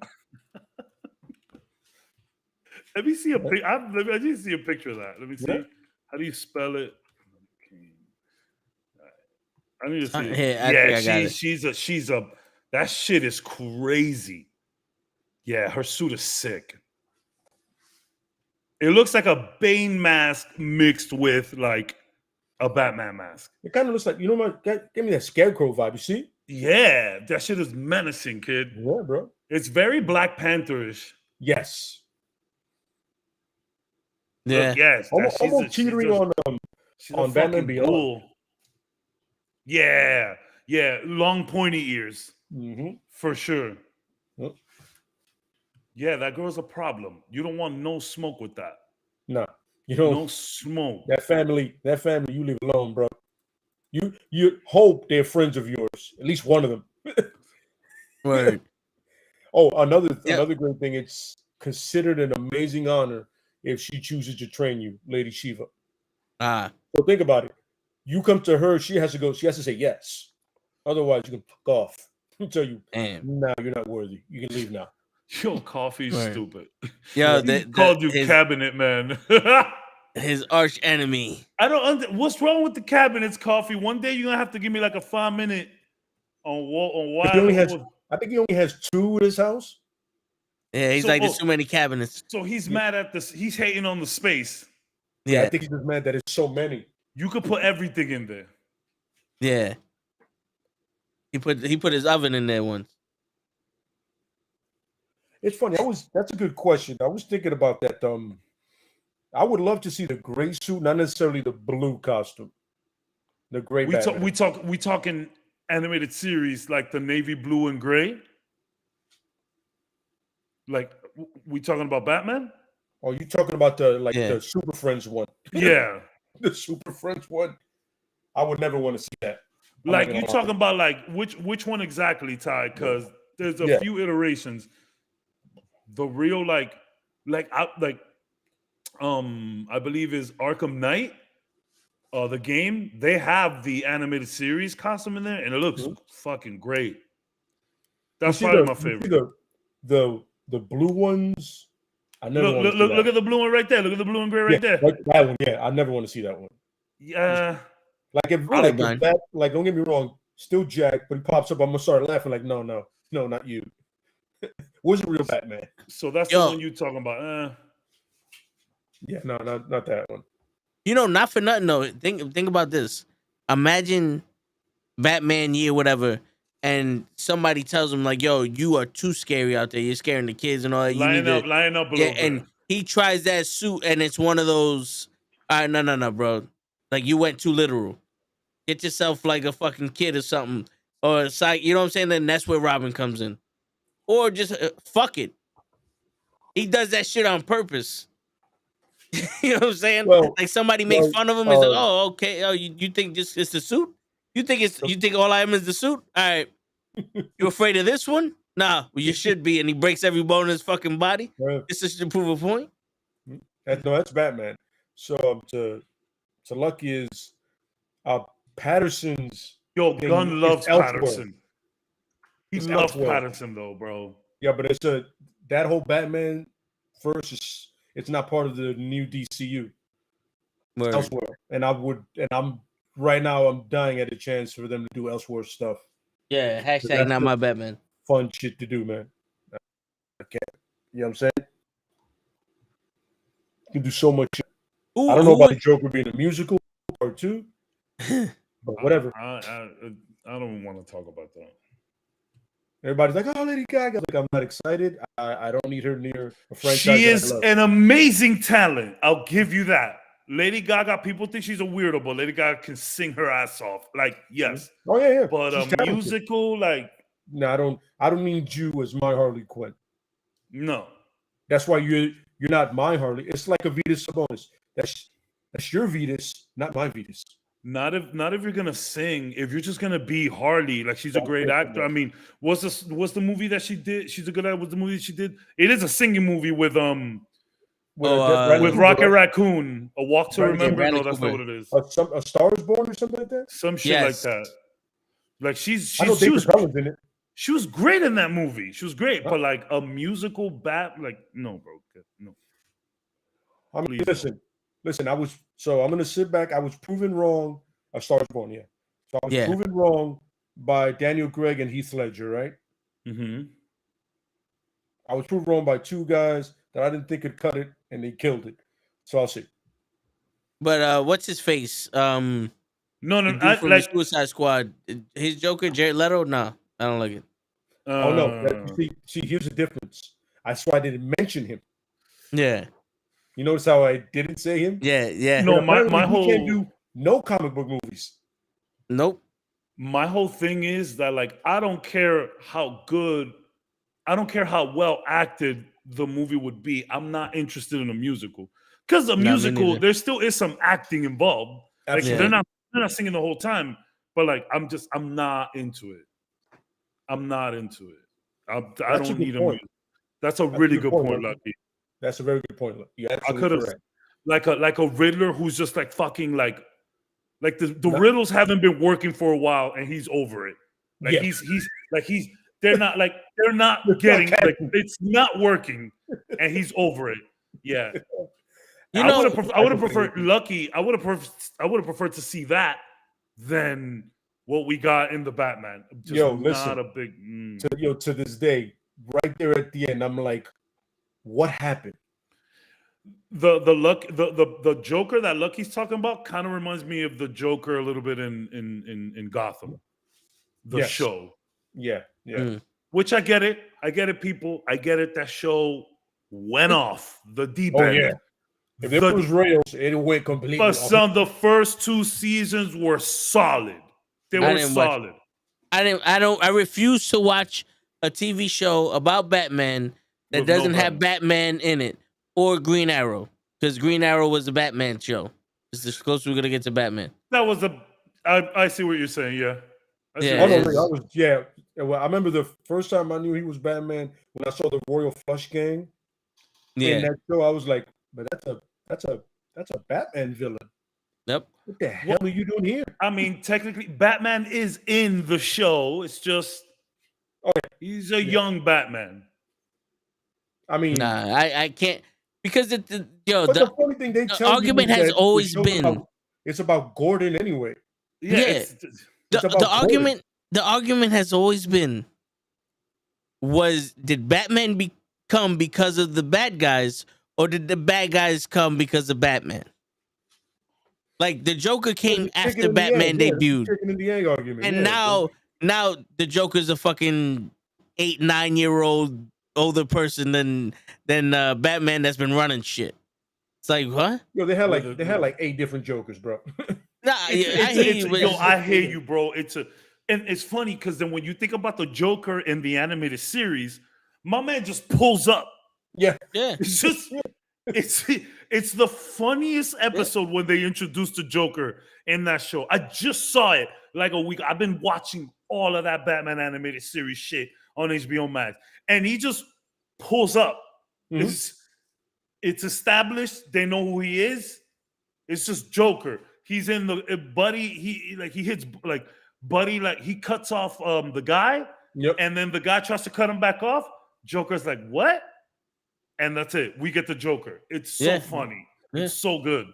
Yo, and I hate Leto's Joker because, bro, him and Harley Quinn do not have that relationship. This bird is baked.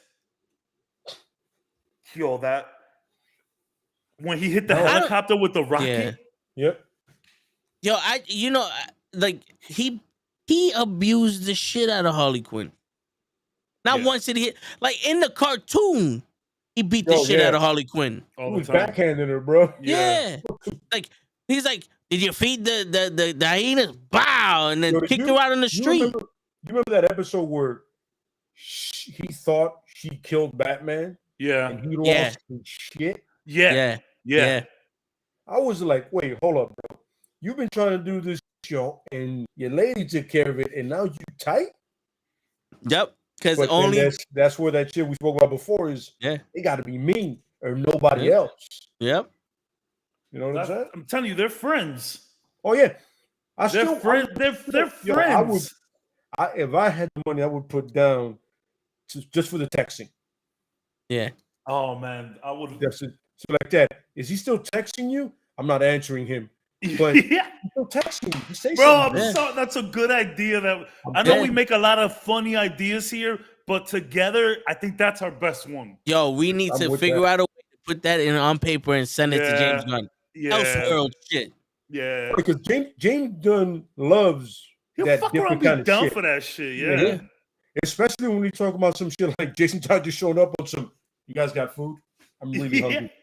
I just killed 7 people. Jason Todd is Brumman from the 5th floor. Yeah, he comes in, puts his helmet on one of the statues, takes his glove off. There's a blood trail with his feet, and fucking Dick is just like, this motherfucker. You see, hello to you too, Barbara's there. And he goes, that's not my blood, Alfred. Oh. Barbara's there, like, bro, we just cleaned that. I'm sorry, man. You see Jay go. Yeah. Or him. Yeah. I'm telling you, that shit could work, bro. And Bruce is just sitting. For those of you who, my bad. Those in chat that don't know what we're talking about, this was months ago, maybe a year ago already, maybe months. We were just talking about some shit, and we all decided, we all put in ideas for a Batman TV show where it's like it's a family show where you don't see any of them fighting crime. Yep. Every time they fight crime, it cuts off, comes back. You don't ever see that. You just see them being a family. You see all them the being Robins, all the Robins, all the Batgirls, and the kick is it's a Batman sitcom, but the kicker is that him and Joker are actually really cool with each other. Yeah, Joker texts him all the time. Yeah, Joker's texting him, checking in on him. They like miss each other because you don't get to see the fighting. It really is a goofy Batman family sitcom. Like, yo, it'd be one of those things that like Batman has his phone on the table while he's eating, and you just see it going off, and it's the fucking Joker hitting him up like, yo, you haven't been acting the same since that last save. Did the kid really fuck you up that much? And like the whole season, Batman never responds to him. And then the season finale, you just see the Joker for the first time in the whole series get a text message. Thank you. From Bruce. From Bruce. From fucking Bruce. That would be, yo, dude, tears coming down everybody's eyes. Hell yeah, Ty. Like, yes, that's exactly what we're talking about. Catwoman will be jealous of Joker. Yeah. Like you think about him more than you think about me. Yeah, it's goofy shit like that. I think it'll work, bro. On some I can see the Joker texting him. So you want me to tell Bane to take it easy on you next time? He told me what happened between you two. How's your back? How's your back? Exactly. I have a great chiropractor. Exactly. I'm telling you, man. Perfect. Yo, is it me or wasn't there a cartoon where Batman was talking to one of the inmates? Like on some psychology shit? Like he was telling his problems to one of the inmates that had like a psychology degree. In the animated series? No, it was I don't know if it was the Killing Joke or one of them shits. Like he was he was psycho and he just went there and spoke to him like they're friends. Was this like one of those weird kind of like Adult Swim things, or was this really like a Batman show? I think it was like really like a Batman cartoon movie. Oh, like one of those. It could have been like the Scarecrow. It could have been like the Scarecrow or something. Could be. Yeah, I swear to God, he was doing that. I know there was one episode where there's a guy that knew his father, and at the end of it, the dude was like, "Oh, what do you want from me?" He goes, "No, I just want you to tell me about my father." That the dude literally was about to get sent to prison. He goes, "I just want you to tell me about my dad. I didn't really get time to spend with him." I don't know. Might have been that, something like that. Yeah, I think so. But it was one of those like this dude sitting in the chair and he's talking to somebody. And like Batman leaves, it's a jail cell. I think Long Halloween. Yeah. It could have been. Yeah. That makes sense. That makes sense. Yeah. Plus, Ty knows everything. Word. That would be some cool shit too. Hell you see Batman talking to one of those, and like for some reason the Joker knows. Like the Joker knows everything, but the Batman never says a word to him. I would like them texting each other back and forth. Like like Batman is sleeping in his at night. He's in his boxers, tank top, just fucking texting Joker. I think that shit was fucking hilarious. Joker sends him a hand drawn picture of him in the bat suit upside down, just like a real bat. He's like, this is how he's sleeping. And he's just like sending him like memes and shit. And Lucky said it too. It's true. Like Cartoon Network. Cartoon Network is no more though. But like old Cartoon Network, Adult Swim shit. Oh, like I actually picture the drawing the drawing of this show would be very like Rick and Morty style. It would be that kind of art, or like F is for Family. Yeah. That kind of art. And it would be only like 2 sets. Yeah, it's just them in the house. Yeah, like if you was really watching like Family Matters, they're just in the fucking house. Family Matters was just in the house. Yeah. That just hit me. Mostly like you never see Carl at the station. Nope. There was only one time you saw him do his cop thing, and that's when the racist cops pulled over Eddie. Auntie and Laura and Steven were working at the restaurant, at the diner. Yeah. And that's it. And then you saw Steven's basement. Yeah. Where he was doing all his stuff on Never his parents. Never saw his parents. His parents hated him. They left every chance they got. That's fucked up. The sad life of Steve Urkel, bro. Mama had no support. And then he had his cousin come in. What was her name? Myrtle Urkel? Myrtle Urkel. She was in love with fucking Eddie Winslow. With Eddie Winslow, of course. But yo, I'll tell you one thing though. He lucked out with Myra Bunkhouse Boutros Monkhouse. Yeah, man. Watching the series again, she was a million times more fun than Laura. I would pick her over Laura any day. Hell yeah. Not even looks wise, just the fact that she was willing to be with Steve. It was like, bro, she did everything he wanted. She was fascinated by Steve. She was the perfect woman for Steve. Hell yeah. She was smart. She went clogging. She fucking put up with his cheese shit. She didn't care. Yeah. She made him go out of his comfort zone. Laura was just like, get the fuck out of my way. I just want a stereotypical fucking dude. That fucking bitch. She passed away. Did she? Yeah. Cancer. Yeah. Laura or Myra? Man. She's so pretty too. I never liked Laura. Yeah. Myra's gorgeous. Gorgeous. She's so pretty and thick as I remember that. I remember seeing she was thick. Laura was like super skinny. Yeah. And when she cut her hair. Don't even. Laura without the hair was just. Ugh. I like the aunt though. Yeah. On Rachel. She get it. On Rachel was very good looking. Yeah. Great show, top of the line. But yes, there would be no sets. We see them in the kitchen, living room, bedroom, and then like in the car taking the kids to school and shit. Yeah, we would see nothing. All the like at night they will all like get ready. They step out the house. We cut. We come back and they're like all like bloody and shit. Like, oh man, that was crazy. You know how like in the sitcoms in the morning you see them all go to school? Yeah. In the morning you see them come back from crime fighting. Yeah.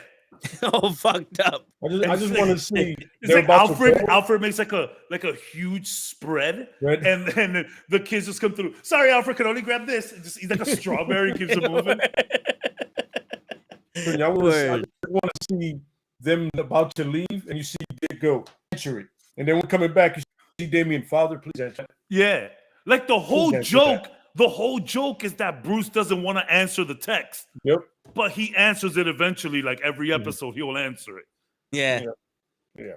And he's already. Damn, LeBron's going off, huh? Yeah. Everybody, normal guys keeping us posted.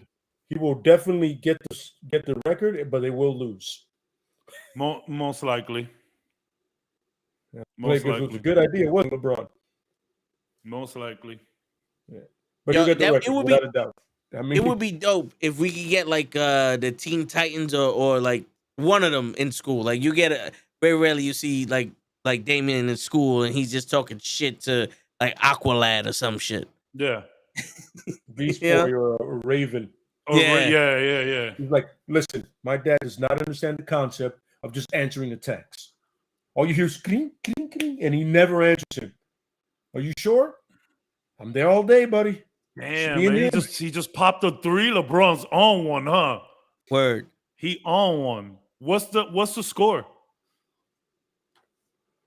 Are they losing? They're probably losing. I hope not. Well, they tried that sidekick show with Titan, and they got this one. Teen Titans is so good. Oh, you're talking about Titans. Sorry.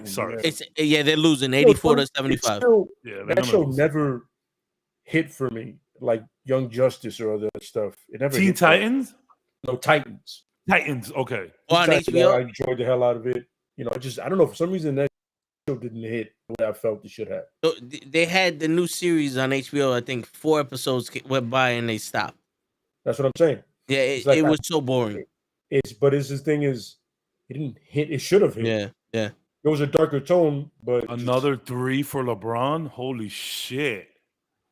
Yo, I liked Robin. I mean, I liked Nightwing in it. Yeah.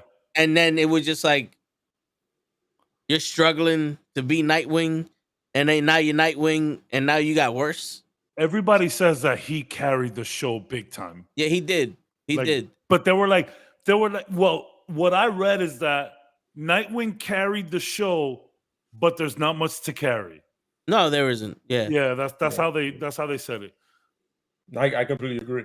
It was too much. Too dark. Like everything is fucking magic.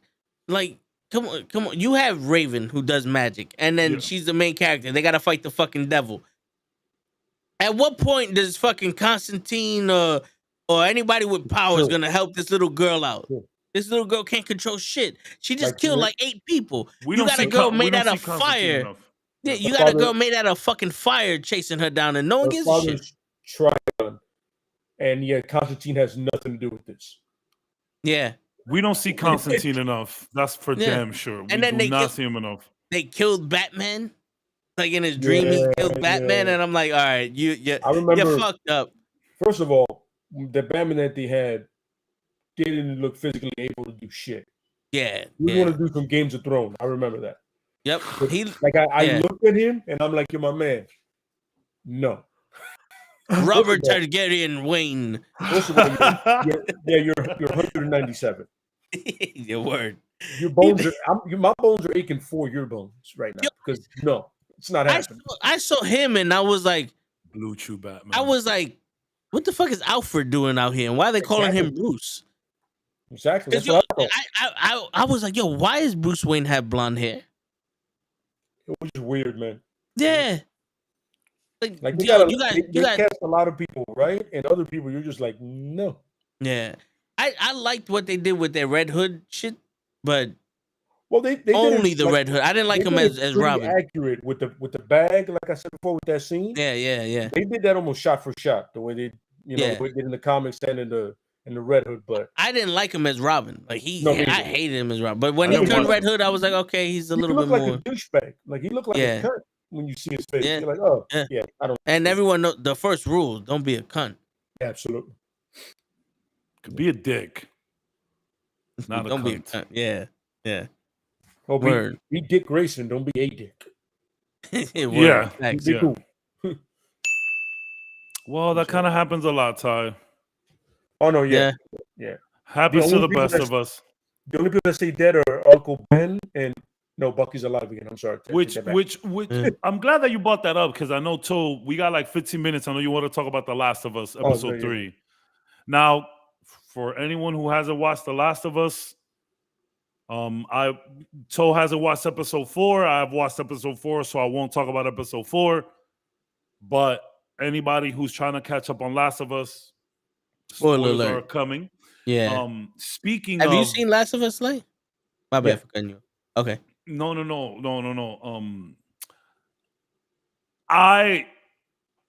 don't know. I didn't see Bill's body. I don't know if Bill is coming back or not. But you know what I'm talking about. They took the the cocktail. I don't know. I wouldn't be surprised if Bill wakes up later. Like it wasn't strong enough for him, but it was strong enough to kill Frank. Yeah, that's my pie in the sky. I like Bill in the game a lot, so I really would like to see more Bill. But episode 3 was incredible. I didn't know that we're gonna flesh out Bill's character like that. And remember. Before Last of Us came out, the first thing I said about Bill, I was like, I want to know how they're gonna handle his sexuality. He was an openly gay character in the show, in the games. I wonder how it's gonna be here. I hope they just don't like phone it in. Oh yeah, they did not phone it in. No, they didn't. We got a whole backstory, and I really enjoyed it. It was fun to not like. I say it all the time to you guys. I don't need to see action every 5 minutes. I'm okay with people just cooling it for an episode. I'm fine with that. That's an hour and 15-minute episode. It could have been a movie. You could have called this The Last of Us, Bill and Frank. Legit. Oh, yeah. Yo. Yo, it's funny because when he basically waited until everybody left and then took over the city, I was like, this nigga's smart. And then when he went into the room with the clothes, I don't know, because I didn't know Bill. So when he opened up the door and came in with the clothes, I was like, oh, this dude's gay, isn't he? And then they did that shit, and I was like, okay, I get it.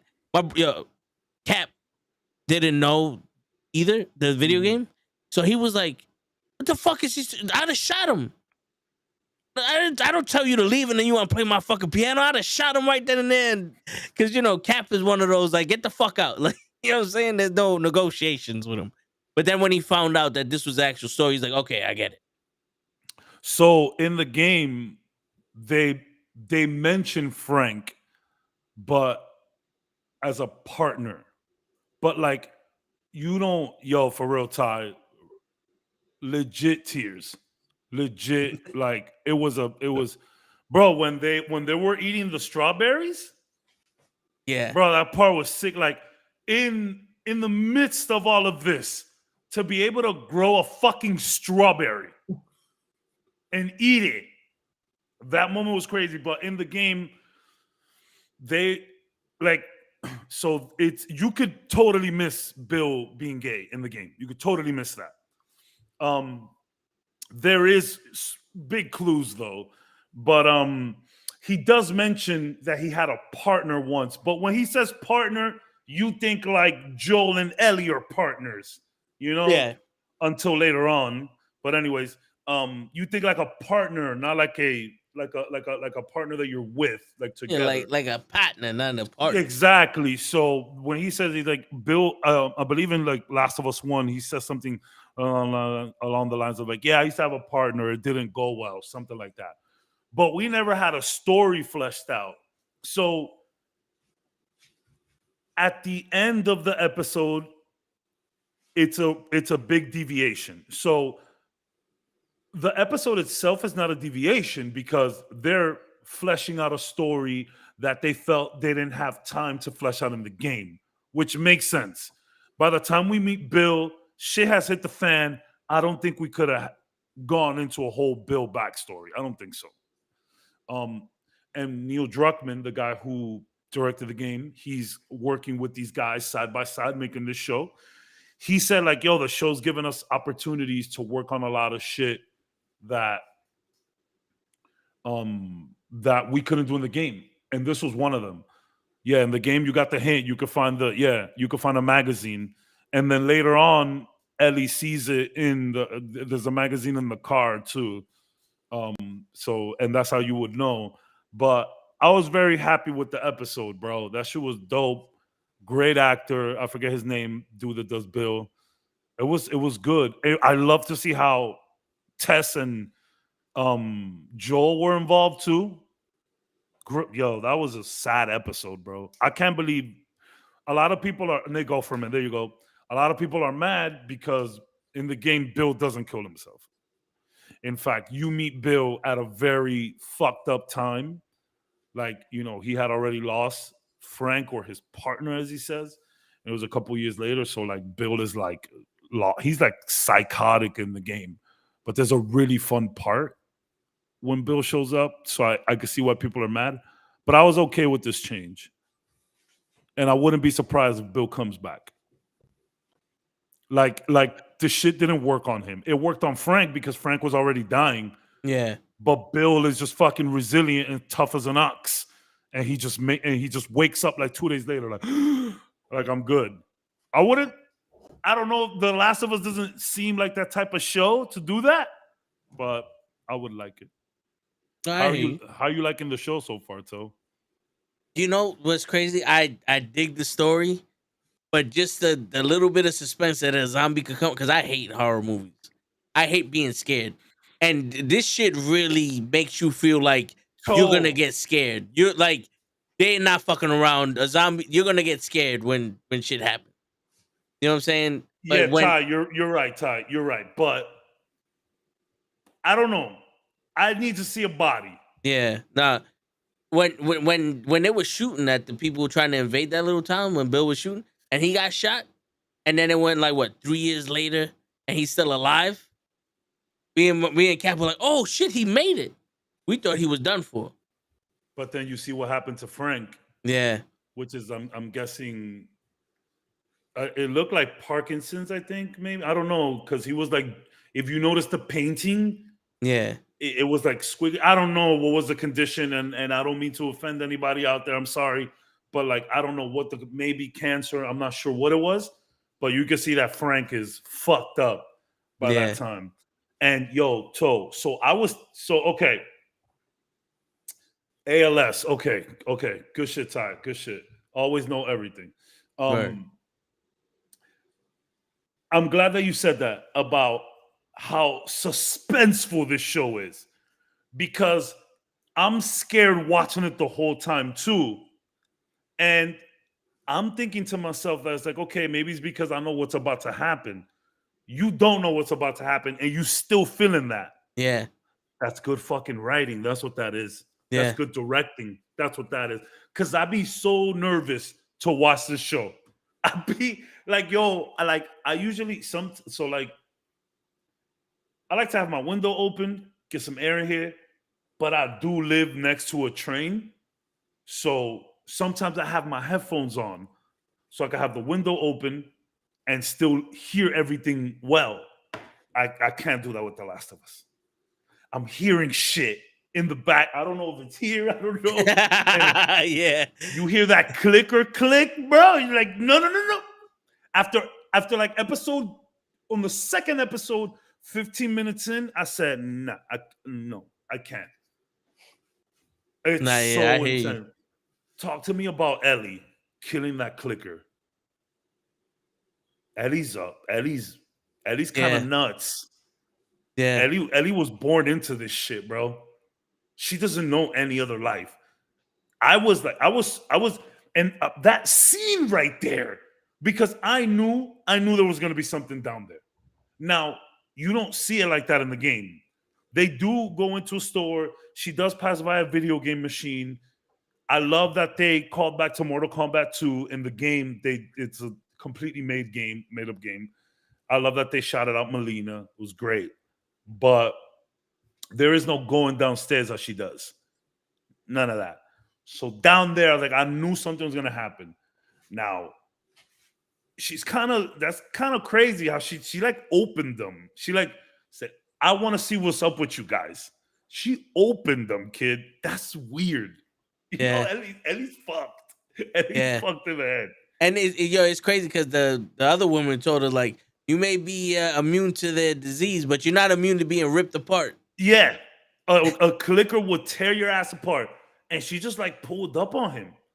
It's funny because then you have, by the way, when she finds the tampons, that shit was great.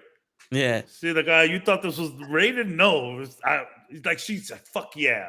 That was a good touch. But then later, when she shoots the kid, completely different vibe now. You know what I'm saying? And like, oh, she shot. Wait, in the game she shot him. In the game she shoots. Okay. Yeah, it's in the game. Okay. She like in the game she like shoots him. Like she doesn't shoot nobody. So in the game, like you play with her for a little bit. Okay. But mostly you're controlling Joel, but she like backs you up. So like in the game, she does shit like that. You know, but I really enjoyed how go ahead. You know what's crazy? You just mentioned that you play with her. In this show, it kind of seems like she wants to be the main character. Like she wants to be played with. She does. She wants a gun. She wants a gun the whole time. Yeah. Like I could see that. You know what I'm saying? Like it makes sense. Like let me get a gun. Like let me be the main character and go shoot these fucking zombies. I got to apologize, Toe. I went into episode 4 there. I'm sorry. Sorry. I'm my bad. The tampon thing you probably don't even understand. No. I know. I saw that the tampon was she so found on the shelf. That's episode 3. Yeah. Okay. Before she went downstairs. Okay. She got the tampons. I saw that. Okay. I'm confused because 4 points away. Braun got it. So to me, episode 3 and 4, you'll notice episode 3 and 4, it was just like one big shot that they divided. Yeah. You'll notice what I mean. But yeah, I'm really digging The Last of Us, but it definitely has me scared as shit. That show is intense. I'm glad that you said that, man, because I thought it was just me. I thought it's because like I seen it and I knew what's gonna happen. Yeah. It's just a good show. And also we watch it during like dinner. So it's always the minute I start putting food in my mouth, the nastiest shit that we can see is on screen. I'm like, fuck, a clicker's now I get to see this fucking Vaseline soap clicker. Motherfucker. Because they're shiny, you know, they're very they're glossy. They got the you know, shit all over this. You know what I'm saying? I didn't like the clicker kissing scene in episode 2 with Tess. I didn't like it. Yeah. A clicker wouldn't react like that. So like there's levels to it. There's the runners, which is the ones that you see all the time, the regular, they just started getting, you know, there. Then you have the clickers. Those been around for like a year and change. I'm not gonna tell you what comes after. All right. I know, but I want you to see it. I've seen some cutscenes. I think the show's gonna go this route, so I'll let you see that. I don't want to. Right. But a clicker or a runner or a clicker wouldn't react like that guy reacted there, because he like saw her and he's like doing his twitchy thing, but then he like walks to her and then like passes his fungus. Yeah. None of them would ever act like that. She'd be ripped into shreds. And that whole scene was very different from how it happened in the game. The military, it stops her there in the game. Yeah, it's Fedra that comes in. So she got bit during a scuffle before that. They get to the building. That's where they were supposed to hand Ellie off to the Fireflies. All the Fireflies are dead. And then Fedra pulls up outside and Tessa's like, yo, I'm bit. You guys going along? I'll give you some extra time. In the show, they did it a little different. They did it with zombies, but I didn't like the kissing scene. Yeah, it felt weird. I do like how they explain how all of them are coming for you. Like through the fucking like fungus. If one of them sees you, it travels through the shit. And that's legit. Apparently, fungus can feel each other from miles away. So that is confirmed. Google it. And like, so when he fell and hit that shit, his buddy said, "What?" Yep. I like it. I like it. I was upset that we didn't get maybe it's because the whole episode 3 was a flashback, but we didn't get the flashback. We didn't get the medical flashback that we've got in the last 2 episodes. Yeah. Because the second one was crazy. She's like, yo, so what do you suggest we do, lady? She said, bomb.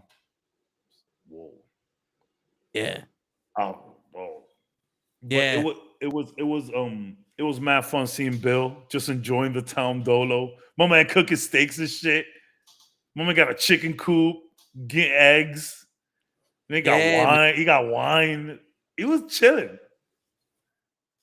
Oh yeah, and they always shit on Home Depot.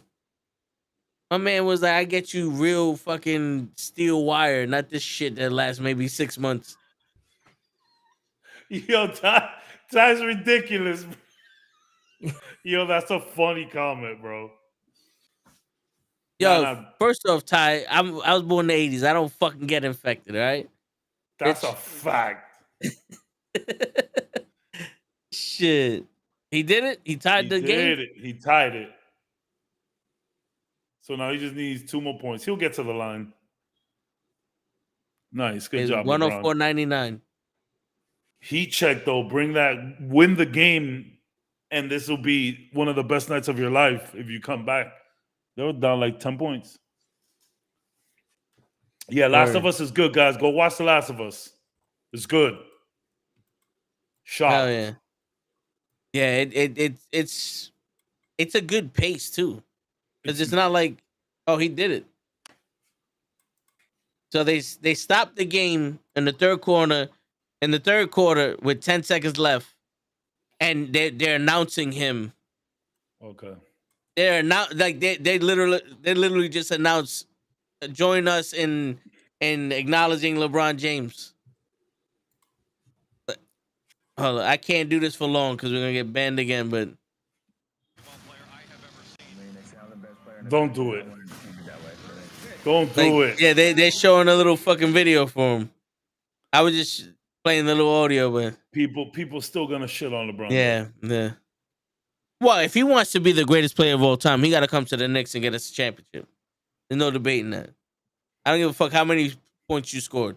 Get the Knicks a championship, you'll be the greatest. That's why New York hates LeBron so much, because they all thought he was going to the Knicks. Yep. And ended up going to the Heat. Yep. I wonder the trajectory and path that LeBron's career would have gone if he actually went to New York. He might have been acknowledged as the best player in the world ever. If he went to New York and got New York a chip, I think the narrative completely shifts. Yeah. Because then it wouldn't have been Cleveland, this is for you. It would have been New York, this is for you. It's the biggest market, you know? Yeah. You get New York on your back, you get the world on your back. Yep. And that's the thing. You went to Florida. Oh, shit, it's 12. Yeah. But congratulations, LeBron. Congratulations, LeBron. Congratulations, The Last of Us. Congratulations, The Last of Us. Pretty good show so far. Word. And now we're about to get into like you like, because Joel keeps mentioning like people. So I want us to get there. Yeah. He keeps mentioning that like not only zombies we got to worry about, but people. So I want to see him get to the people. I want to see that. I can't wait to see. Because like the zombies and the clickers, fuck that. We could get through those guys. It's the other motherfuckers with guns that's the problem. Yeah. So I want to see us get there. Yeah. Yeah. What's the guy's name from The Walking Dead? Kegel? The comedian? Egan? With the bat. Yeah. With the spike bat. Yeah. Kegel? Yeah. Some people. Negan, there you go. Negan. I'm waiting for him to come across that motherfucker. Yeah, there will be a Negan character for sure.